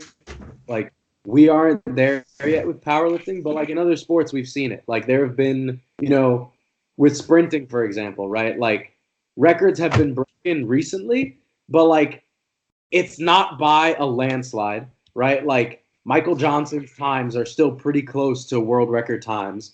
And like if you compare like what the tracks are made of now, what the shoes are made of, like are like the equipment and the tracks that we're running on now are obviously better suited for people to run faster, right? Like we've kind of reached a limit where like the top of the pack is not really changing that much. So the GOAT is the person who breaks away from that. But we're still in the infancy stages where like the top is still just going up and up and up. Like but look at like football, like all the quarterbacks in the GOAT conversation have been in the last like 20 years, basically. Yeah. Exactly. Yeah, like Peyton Manning, Tom Brady, Aaron Rodgers, maybe Brett Favre. I don't know if Peyton would say Joe he'd be like go. Montana, John Elway. Yeah, but those guys are like, I would say a lot of people put them as like top 10, but no one. I've been thinking about this a lot lately, and I don't know why, but it's always been like, I feel like this person from X era has been put on a pedestal because at the time, the way media worked, there wasn't many others other than them. Does that make sense? For example, Michael Jackson was like the first Michael Jackson. There was no pop star like on that level, and now we have like Ariana Grande, fucking Taylor Swift. We have, Drake. Michael Jackson is still, because he was the first one and he started the legacy, right? He created all of that. Therefore, anybody that comes after him is like thankful that he was there to kind of pave the way for these younger artists. You get what I'm saying? Okay. You know what I'm saying? So if one of those younger artists that I mentioned existed back then, who's to say that we want to just flip it around? You know what I'm saying?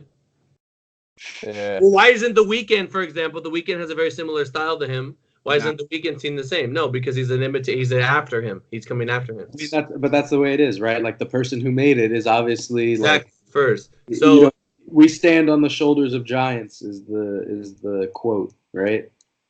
Yeah. So like for example, someone wants to say Michael Jordan's a GOAT. I'm fine with that. If they want to say Michael Jordan is the GOAT, I'm not gonna fight them. Well, I don't think that's the same. That's not the same. He's not creating anything, right? Like we're going off of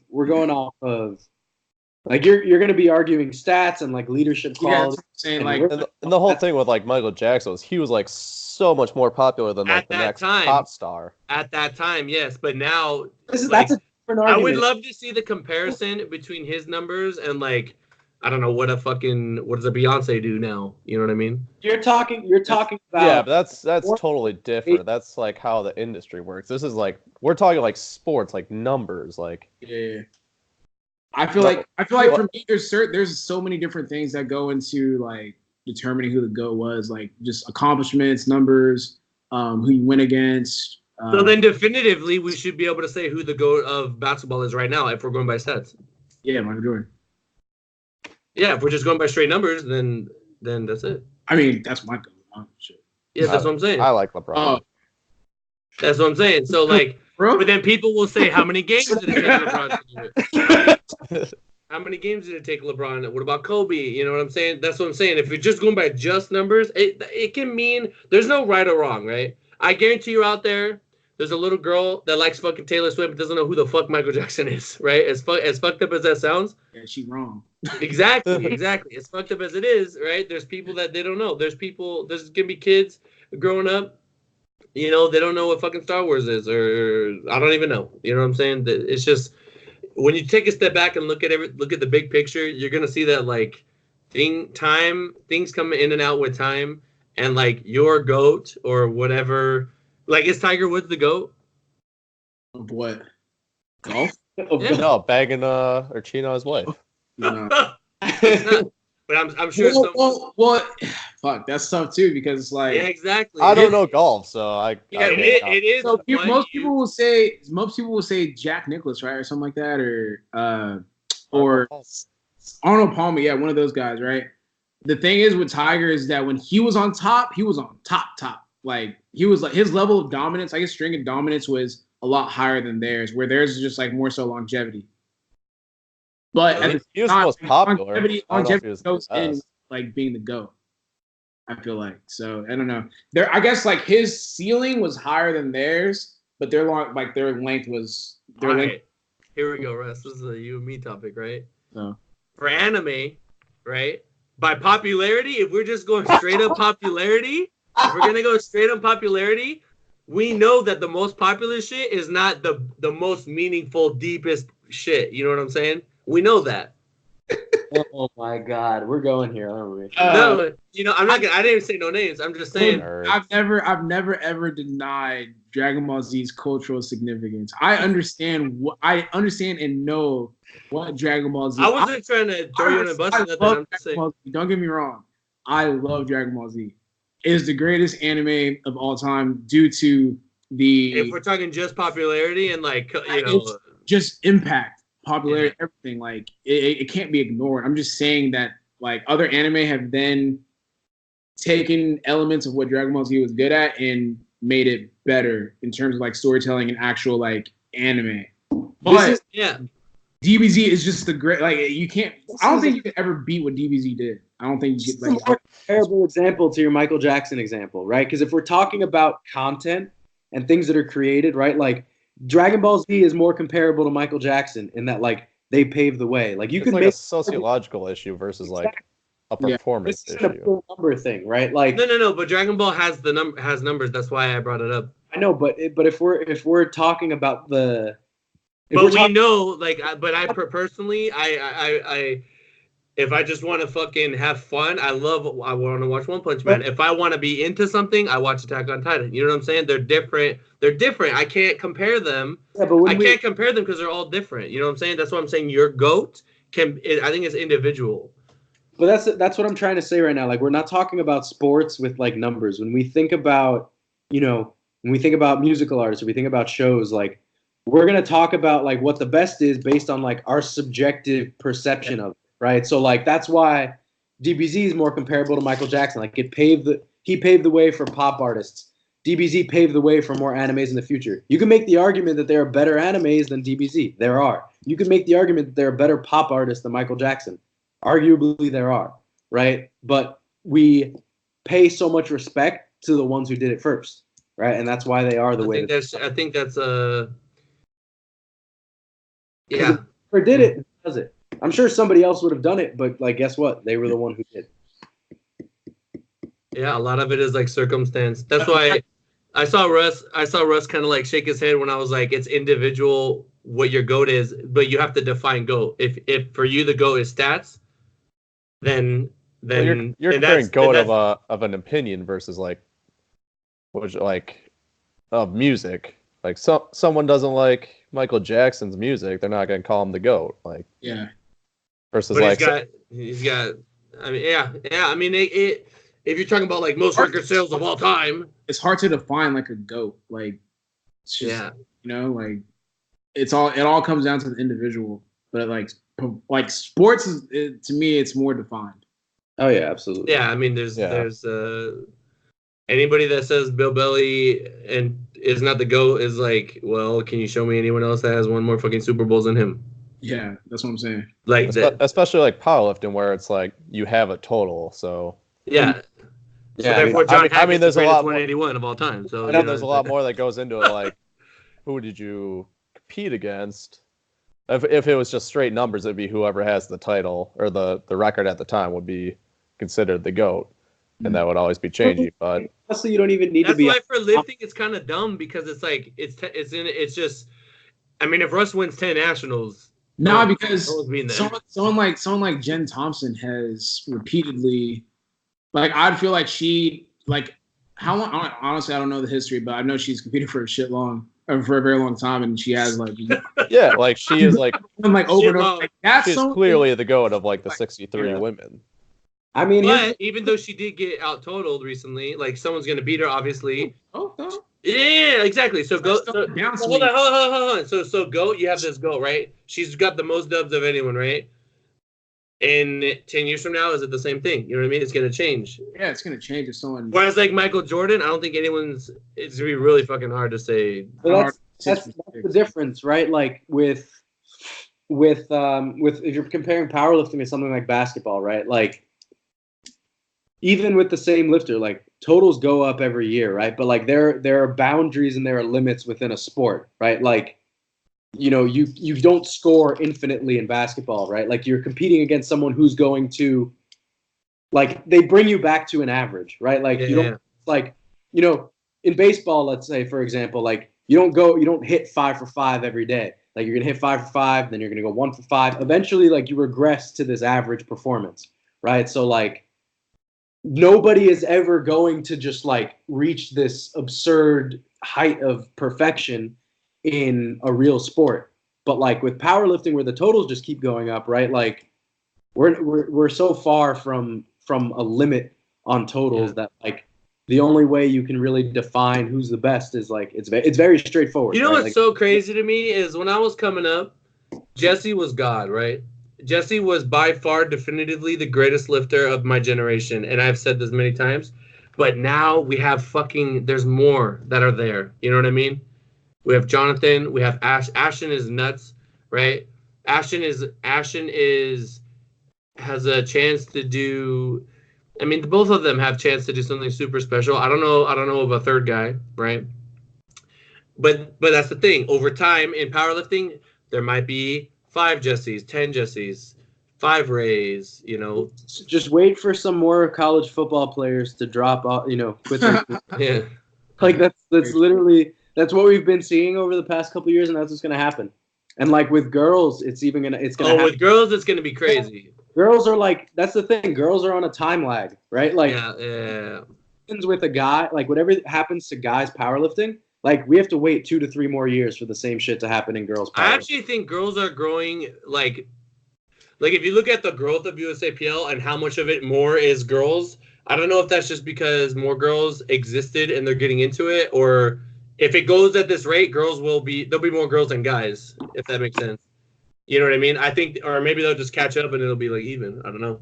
I don't think there'll ever be more girls than guys. I think just socially, like guys are just more likely to lift than girls, but we're definitely going to see like every weight class with women, especially. It's going to get fucking hard. I guarantee you in like 3 years, like nobody that you know of now, with the exception of the younger lifters, Daniela Mello, Amanda Lawrence, like all the old names that dominated weight classes, like that they won't be the names that you associate with the weight class. It's all going to be young girls. Dude, and for someone like me that has a Daniela or an Amanda, like I want them to do shit that's never been done, and they both are. I want them to I want girls to look at lifting and be like, I want to be like, these are my superheroes, and I want to fucking start. They're doing it now. I feel like they're doing it now. I know a lot of girls that are like, they're looking at powerlifting. They're like, oh shit, this is dope. Like, yeah. I don't know if you guys feel this, but I like that like a strong girl is like super disruptive for like an older kind of like mindset. You know what I mean? Like an older mindset that thought, oh, like strong girls is like dumb or whatever. Like it's just not accepted. But now it's like, it's so disruptive and it's such a positive thing. Like I think lifting is so good for girls, like in so many different ways. And just to see them get into it and to be able to like have something relatable with them, it's like awesome. I don't know. I think it's it's great. Great, honestly. But yeah, goats and whatnot. I'm just watching Amanda hit 567. That's the best. That's the best single she's ever done. Bro, is it? Well, I mean, I don't count her. Yeah. I don't count her pounds. Threes. Yeah, she's doing good. Girls are doing good, man. I'm telling you, they're really. Girls have like. Would you guys agree? I mean, maybe you wouldn't know, but I think a lot of girls are more likely to have that Sean like psycho fucking I'll do whatever the fuck it takes to win than like a lot of guys that I know. I think girls are a lot more like. They're so much easier to like coach, I think, because they'll like listen to you. I think. Guys, listen. I don't know. I think maybe it's 50-50, but I don't know. I was gonna bring this up earlier, so I'm glad it got brought up again. But like, I know there have been like psychological studies comparing how girls respond to like different cueing and like different coaching, and like you would get more of the desired response. Like if you were coaching a guy, let's say, and you were trying to like get them to, work harder or do something through like very like aggressive, do whatever it takes type like language, like you're more likely to get that response out of guys, whereas women didn't respond as positively to those things. Like one of the things I was going to say before was like my high school's basketball coach coached guys basketball and coached girls softball. And like the coach that he was to the guys was like a completely different person than the coach he was to the girls. Like he would tear the guys a new asshole like every fucking day, and they were a dominant team. And then with the girls, he like had a snack closet for them and like buy them Chipotle after every game, and they were a dominant team. You got to make it a fun thing for them that they really want. Joey, can you get us a snack? All right, I'll give you for the guys team. snacks. All right, after you guys win Nats, I'll get you guys snacks. That's what I'm saying. Like he created. No, but for real, he created 2 dominant teams that would like go to states every year, coaching in 2 exactly opposite ways. Which I mean, as a coach, you have to be able to. This is what I learned, being a personal trainer before being a coach. Is like you have to identify the individual that you're working with, and make sure that the way that you reciprocate information or express information is digestible for them. And someone recently commented this on one of my YouTube videos, and he's like, Joey, like a lot of the stuff that you say is like basically I took all the hard, complex information and I broke it down into a really simple, basic way for people to get it. You know what I mean? And there's a ton of people that are going to talk smart stuff online. There's so many fucking people that will tell you that keto is bad or some shit for sprinting or whatever, right? But how many people tell you how to take that information and apply it in a practical way, which is going to give you real fucking results in the gym and shit like that? So, that's what I tell.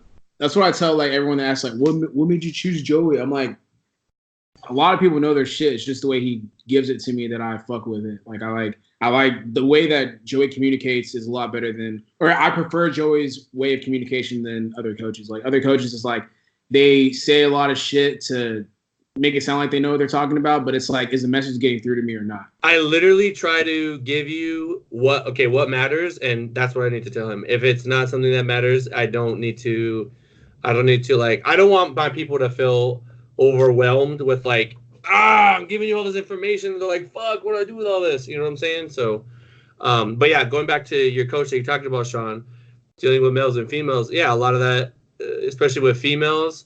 I will say that with females, with your significant other, it's different because it's almost like because they know you so well and you have to switch gears. Bro, when you're coaching your significant other, they won't listen. Because it's like, are you my boyfriend? They don't see that you're the boyfriend and that you're the coach, right? So it's always boyfriend mode. It's always boyfriend. It's always boyfriend. So they can fight back, or they can, it's stressful. It's guys reach out to me like, hey, how do you work with Tina? It's like, I mean, shit, Tina will kill you if you don't. I couldn't imagine Tina listening to anyone else. She'll just fucking.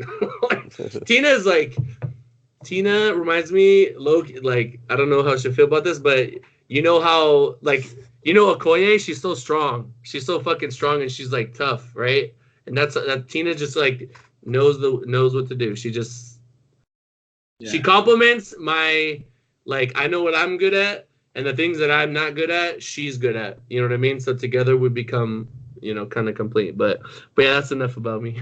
Yeah, but going back on like how I remember, who's the coach of the Cowboys when they were in the Super Bowls again? What's his name? Tom Landry. No, but after that, Jimmy Johnson. There we go. You know how bad I actually want Cowboys to win one soon. Like, I feel like if they did, gas prices go down, we won't be at war. Like, economy will be fixed. Like seriously. But Jimmy Johnson, someone asked him, was like, do you treat all your players the same? He's like, fuck no. You think I'm gonna treat Emmitt Smith the same way I treat a third stringer? He's like, you have to approach people differently. Like, I'm not gonna treat my star player the same way I'm gonna treat like a third stringer or someone like on the practice squad. So it's like, it's just learning who you're talking to and knowing those limits you can push for different people. And like, I think a good leader is someone that can get that message across to whoever they're talking about or whoever they're talking to. Like, I feel like maybe I'll just bring it up. Like, Joe, you're gonna talk to Sophia differently than you talk to me, right? Yeah, of course. So there's certain words that you have to like use with her to get the message across, and like there's certain words that you can use with me that's just gonna make things click. I mean, and also like I think in some ways when you deliver a message, you have to understand like the tolerant, like how harsh can you be, Even when Sean posted the 463 bench, like I won't. If I let Sean get away with anything, then it's just gonna get worse. I can't do that. Like, I know that I'm honest with myself. Like, I know that obviously, like, I don't that wasn't paused as well as it yeah, could have been. but At a local, I mean, if you came out here to Cali and did our state meet, absolutely, you'll be fine. But imagine you saying that off rip to like someone else though. Bro, you can. No, I wouldn't do that. I wouldn't do that. Sean, you know what I'm saying? Exactly. Like Sean, I'm sure the way Sean talks to some of his people would fucking kill certain people, but you know, you build a relationship with them and you know, and also the way that the athlete handles adversity. I'll never forget. I don't know if I've said this.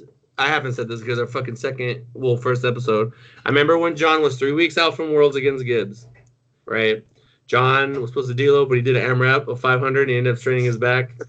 No, I did not strain my back. I was strained it like 3 weeks before that. You were fine though. He You were did the good. AMRAP still. He did the AMRAP though. I didn't do an AMRAP. I did a 500 for 10. It wasn't an AMRAP. I mean, he did a lot. It was like an RP 8. But basically, I had to redo everything and just gave him 3 weeks and was like, just do this and we're gonna be fine. And he didn't complain. He didn't panic. Like when he told me he got hurt, he wasn't like, oh my God, Joey, I got a meeting. I'm going to Worlds. Maybe I should pull out. Like fuck, like my back. You know, he just was like, all right, and he just did the plan and he showed up and he fucking did what he had to do and he ended up getting it. And it was like, I don't know where you learned that from, John. The whole like.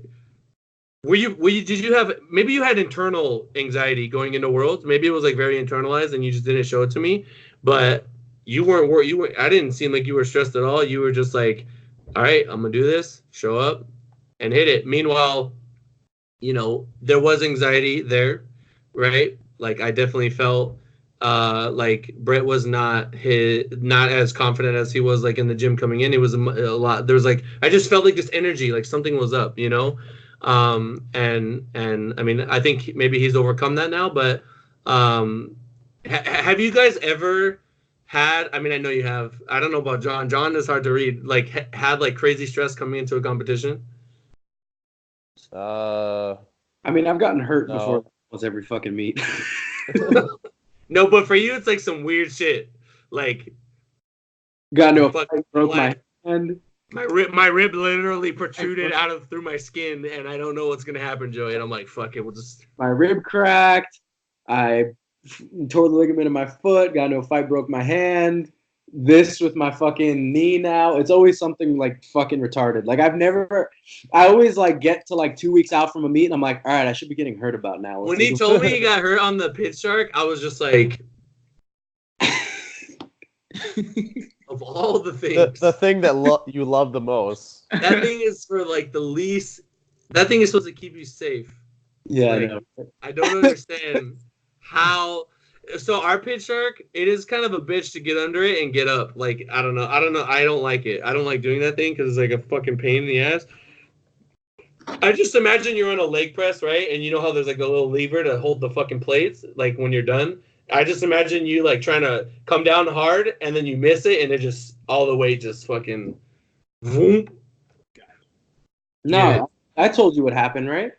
You missed the safety trying to put it away. It was set for somebody too tall, so when I went to put the safety underneath, I thought it was under, so I just kind of like just let go of all my tension and it just pulled me straight down. And it was loaded? It was loaded. It was like 900 something pounds on it. And because it was. Did you load it? Yeah. Like I did a set and like went to re-rack. And because it was set for someone taller, like you know how like when you do like a belt squat, like when you go deep enough, like it just hits the ground and you're done. You know what I'm saying? Yeah. Like since it was set for someone taller, when I bottomed out, I didn't even hit the ground. So I just like bounced off my knees with like 900 pounds on the thing. I've never used a pitch shark or squat.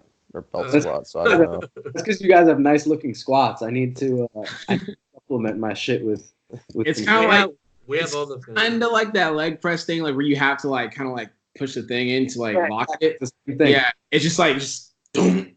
Yep. All three of you guys have like the nice upright forward knee travel squats. That's why I need to use that thing because I don't get that when I squat. Just squat like us. I mean, you could squat like a taco and be strong. I mean, that's the only option I have. Like when I think about it, I don't think I've ever been to a meet like Are you talking about stress about the meet, or are you talking about like just coming to meet with stress? Like you put a lot of unnecessary stress on yourself. Like I'll get nervous, but I'll get stressed. It had to have been before me because I'm like we're good. We're meets are like very like There's never like autopilot. So there's never stress associated with the meet. I've just had other shit that's made it. Other shit, yeah, but not with like the meet itself. The meet itself, it's like it's freeing. Like I'm nervous for the first squat just because it's just like you're putting everything like on paper officially, but after I do the first squat, I'm like, all right, bet it's just another training session. Yeah. I mean, we've said this before, like when you play sports and you're going against somebody else, like actually directly going against someone else, like you could do everything right and get fucked. But it's like with powerlifting, like it's just competing against someone else, but like it's literally just you. Like it's that easy. Yeah, and if you fuck up, you just do another one. I think like a big advice to a young lifter is like just don't stress the things that you can't like change. Yeah. Like, okay, you got injured. Like, all right, like we can't change it now. Like, let's figure out how to get better. Yeah. And don't fucking cut if it's not really gonna matter either way. Like, just lift. When I stopped cutting, he's 74. and they're like 5'11", and it's like, what are you talking about? Like, it's like when I first said fucking just stop cutting, my numbers went way up, and I experienced like a fun that I hadn't experienced, right? Or if I was like 240 cutting 231, it's not a big deal, right? I mean it was a little tedious, but it wasn't bad. But doing big ass cuts, like we make it seem like, yeah, I mean, you might think Sean cutting from like 193, 194 to 183 or whatever the fuck is like fun, but it's really not. It's not like you could just like go to sleep and do it. Shit. I hate cutting so much. It's like a nice little it's a little task that's coming up, but bro, it's like the fucking masochistic like, all right, like you're here, you got to do this shit now. I would feel sloppy if I went into a meet and didn't have to cut. Like I would feel like there was nothing to like get. Like the first squat is what gets you focused, right? If you like didn't have to cut, but like if you're cutting, you're already like, all right, we have to do everything right. You know what I mean? I didn't meet at 93. Like when I came back from bodybuilding and like I didn't want to focus on cutting or anything like that. I just did a meet at 93 and it felt so nasty. I had McDonald's like in the warm-up room eating. Like, it was I can't do that. I can't eat that kind of stuff before I lift. Yeah, it's in a good spot. Fucking goddamn. Where were we at? About an hour. Oh, shit. 2 hours. Damn. Oh, hour and a half. My fault. We spent like 30 minutes talking before. Yeah. So let's talk about the goals for this podcast, guys, and what to expect going forward. Yeah,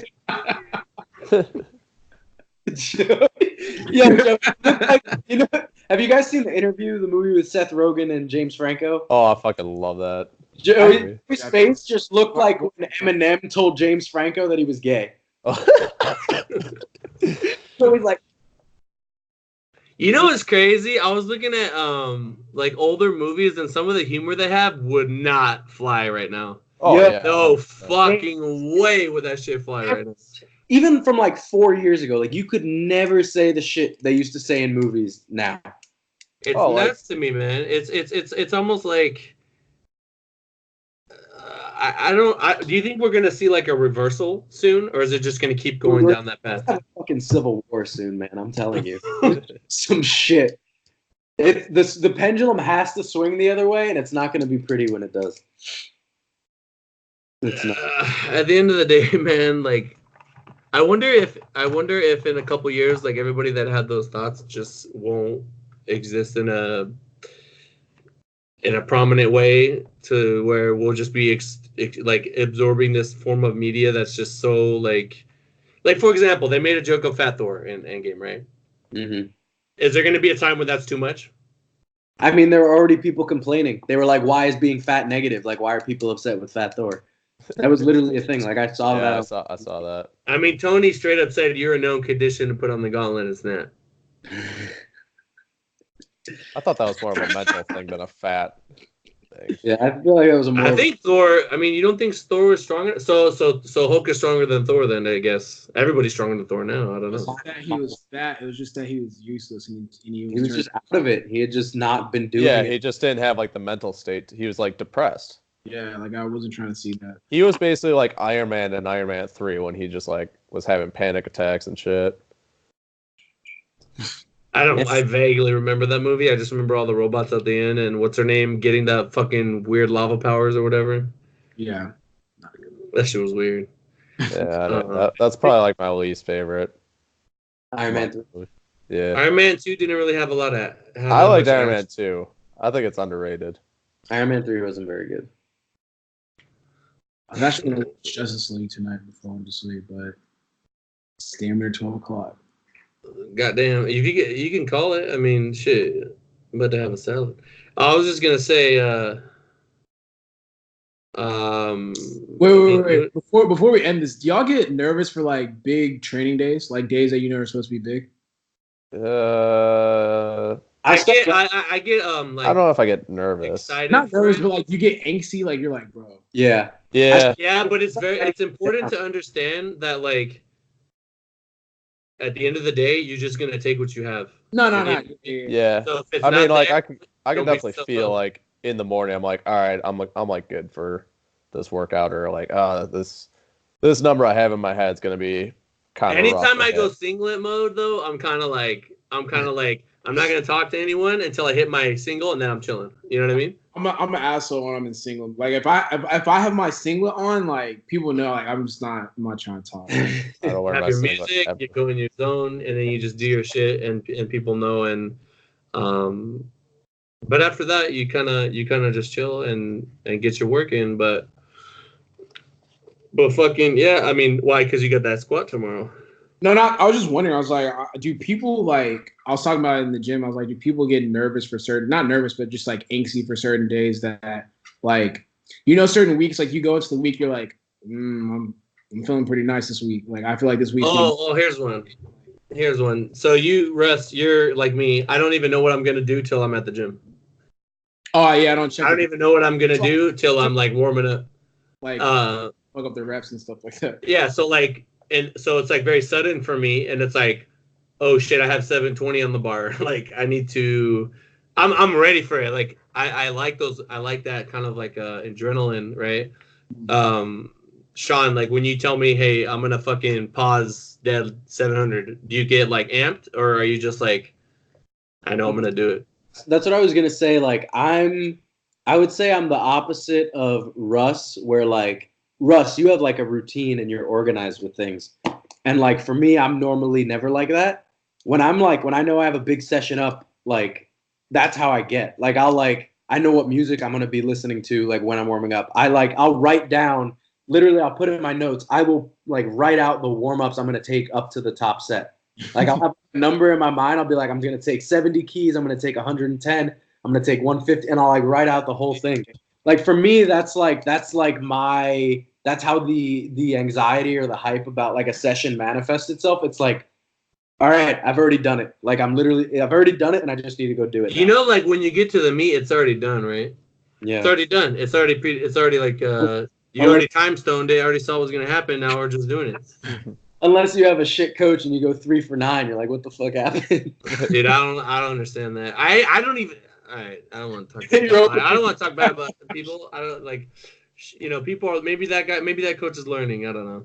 I'll take the elderly approach and just fucking give them benefit of the doubt, even though there's no benefit. You just fucked up, but like, do you?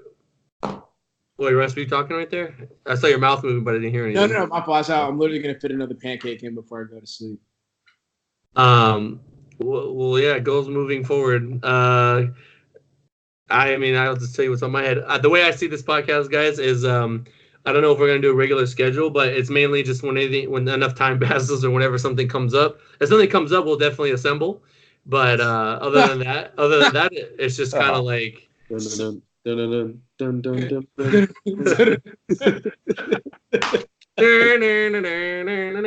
but if something comes up, we'll assemble. Otherwise, we'll just, we'll whenever things pop up here and there, come here on the podcast, kind of break it down. Sean, you said it was more, if you want to kind of break it down, it was more like, yeah, we lift, but there's other aspects to our life too that we want to talk about. The way that I with the Four Horsemen podcast, the way that I see this going is like we have a lot of lifting related stuff that goes on that we'll talk about, but ultimately like I think the general sort of mindset that we have is like a lifter or an athlete's mindset, and like I just want to be able to sit down and address like general topics. They could be casual or they could be like more involved, in-depth topics, and just give that perspective that we've grown to have through playing sports or lifting or whatever it is. And just, I mean, we can do, down the road, we could do like Q&As, we could do all kinds of different stuff just to get people more involved. And, but yeah, I mean, I think we all have like different but similar backgrounds, and lifting brought us together. And it's funny because most of the shit we talk about is not lifting. We like, literally, it's a very small part of the stuff that we talk about. But just kind of show you guys a different side of what perhaps you see on the interwebs. Not just muscle weights, guys. Yeah, man. Remember, hit your macros and get your sleep. I'm more than my total.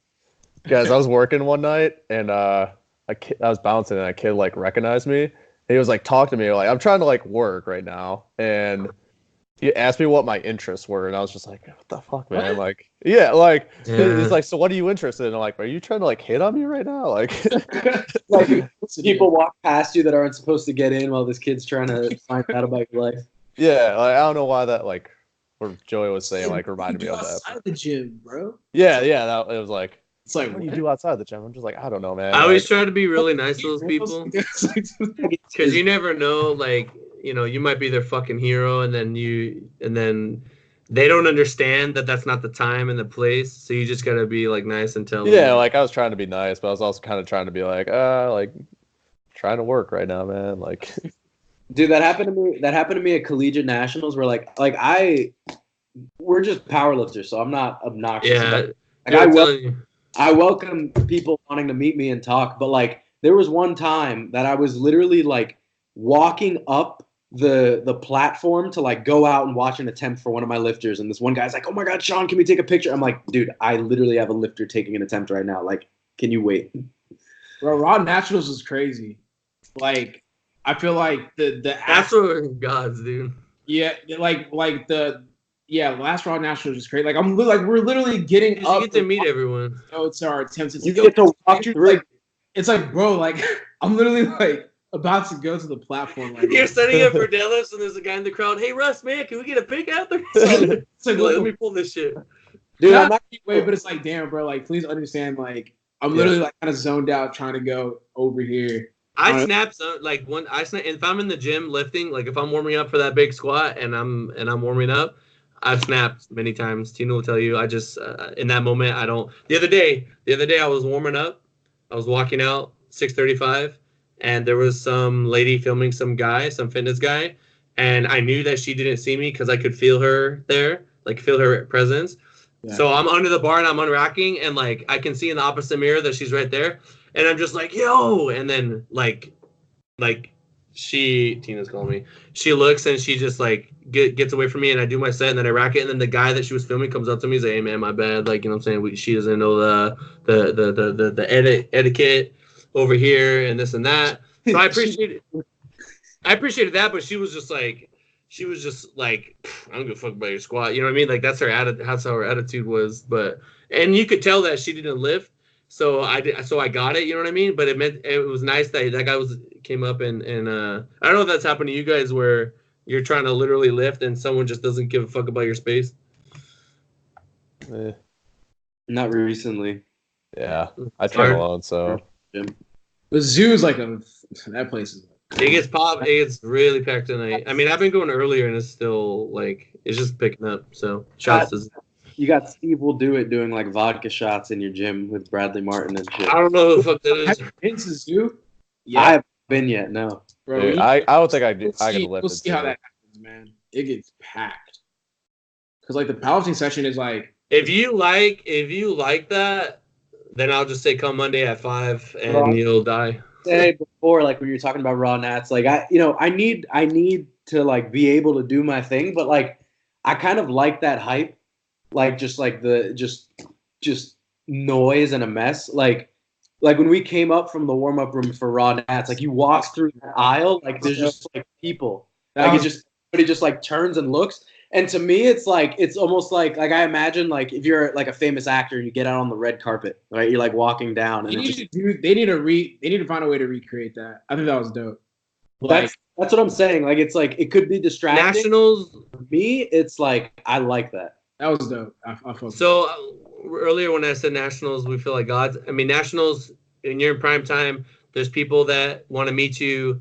You know, you're lifting big weight and things like that, and they do that stuff and they highlight lifters. It does make you feel like a god. It does make you feel special. At the end of the day, though, I mean, we all like shit that you guys like. We all just, you know, I mean, I do think we have something interesting or special about us, everybody here, but you know, we're trying to get stronger. We're just trying to survive and fucking, you know, trying to get ahead.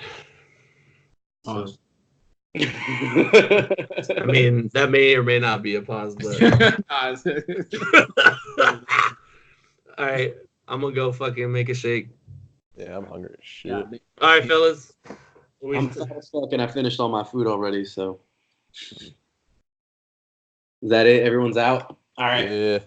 All right. Thank you guys for watching the Four Horsemen podcast. This is Russ Wohl, Sean Noriega, John Hack, Joey Franzo signing out. Later, brothers. Yeah. I'm really finna eat though.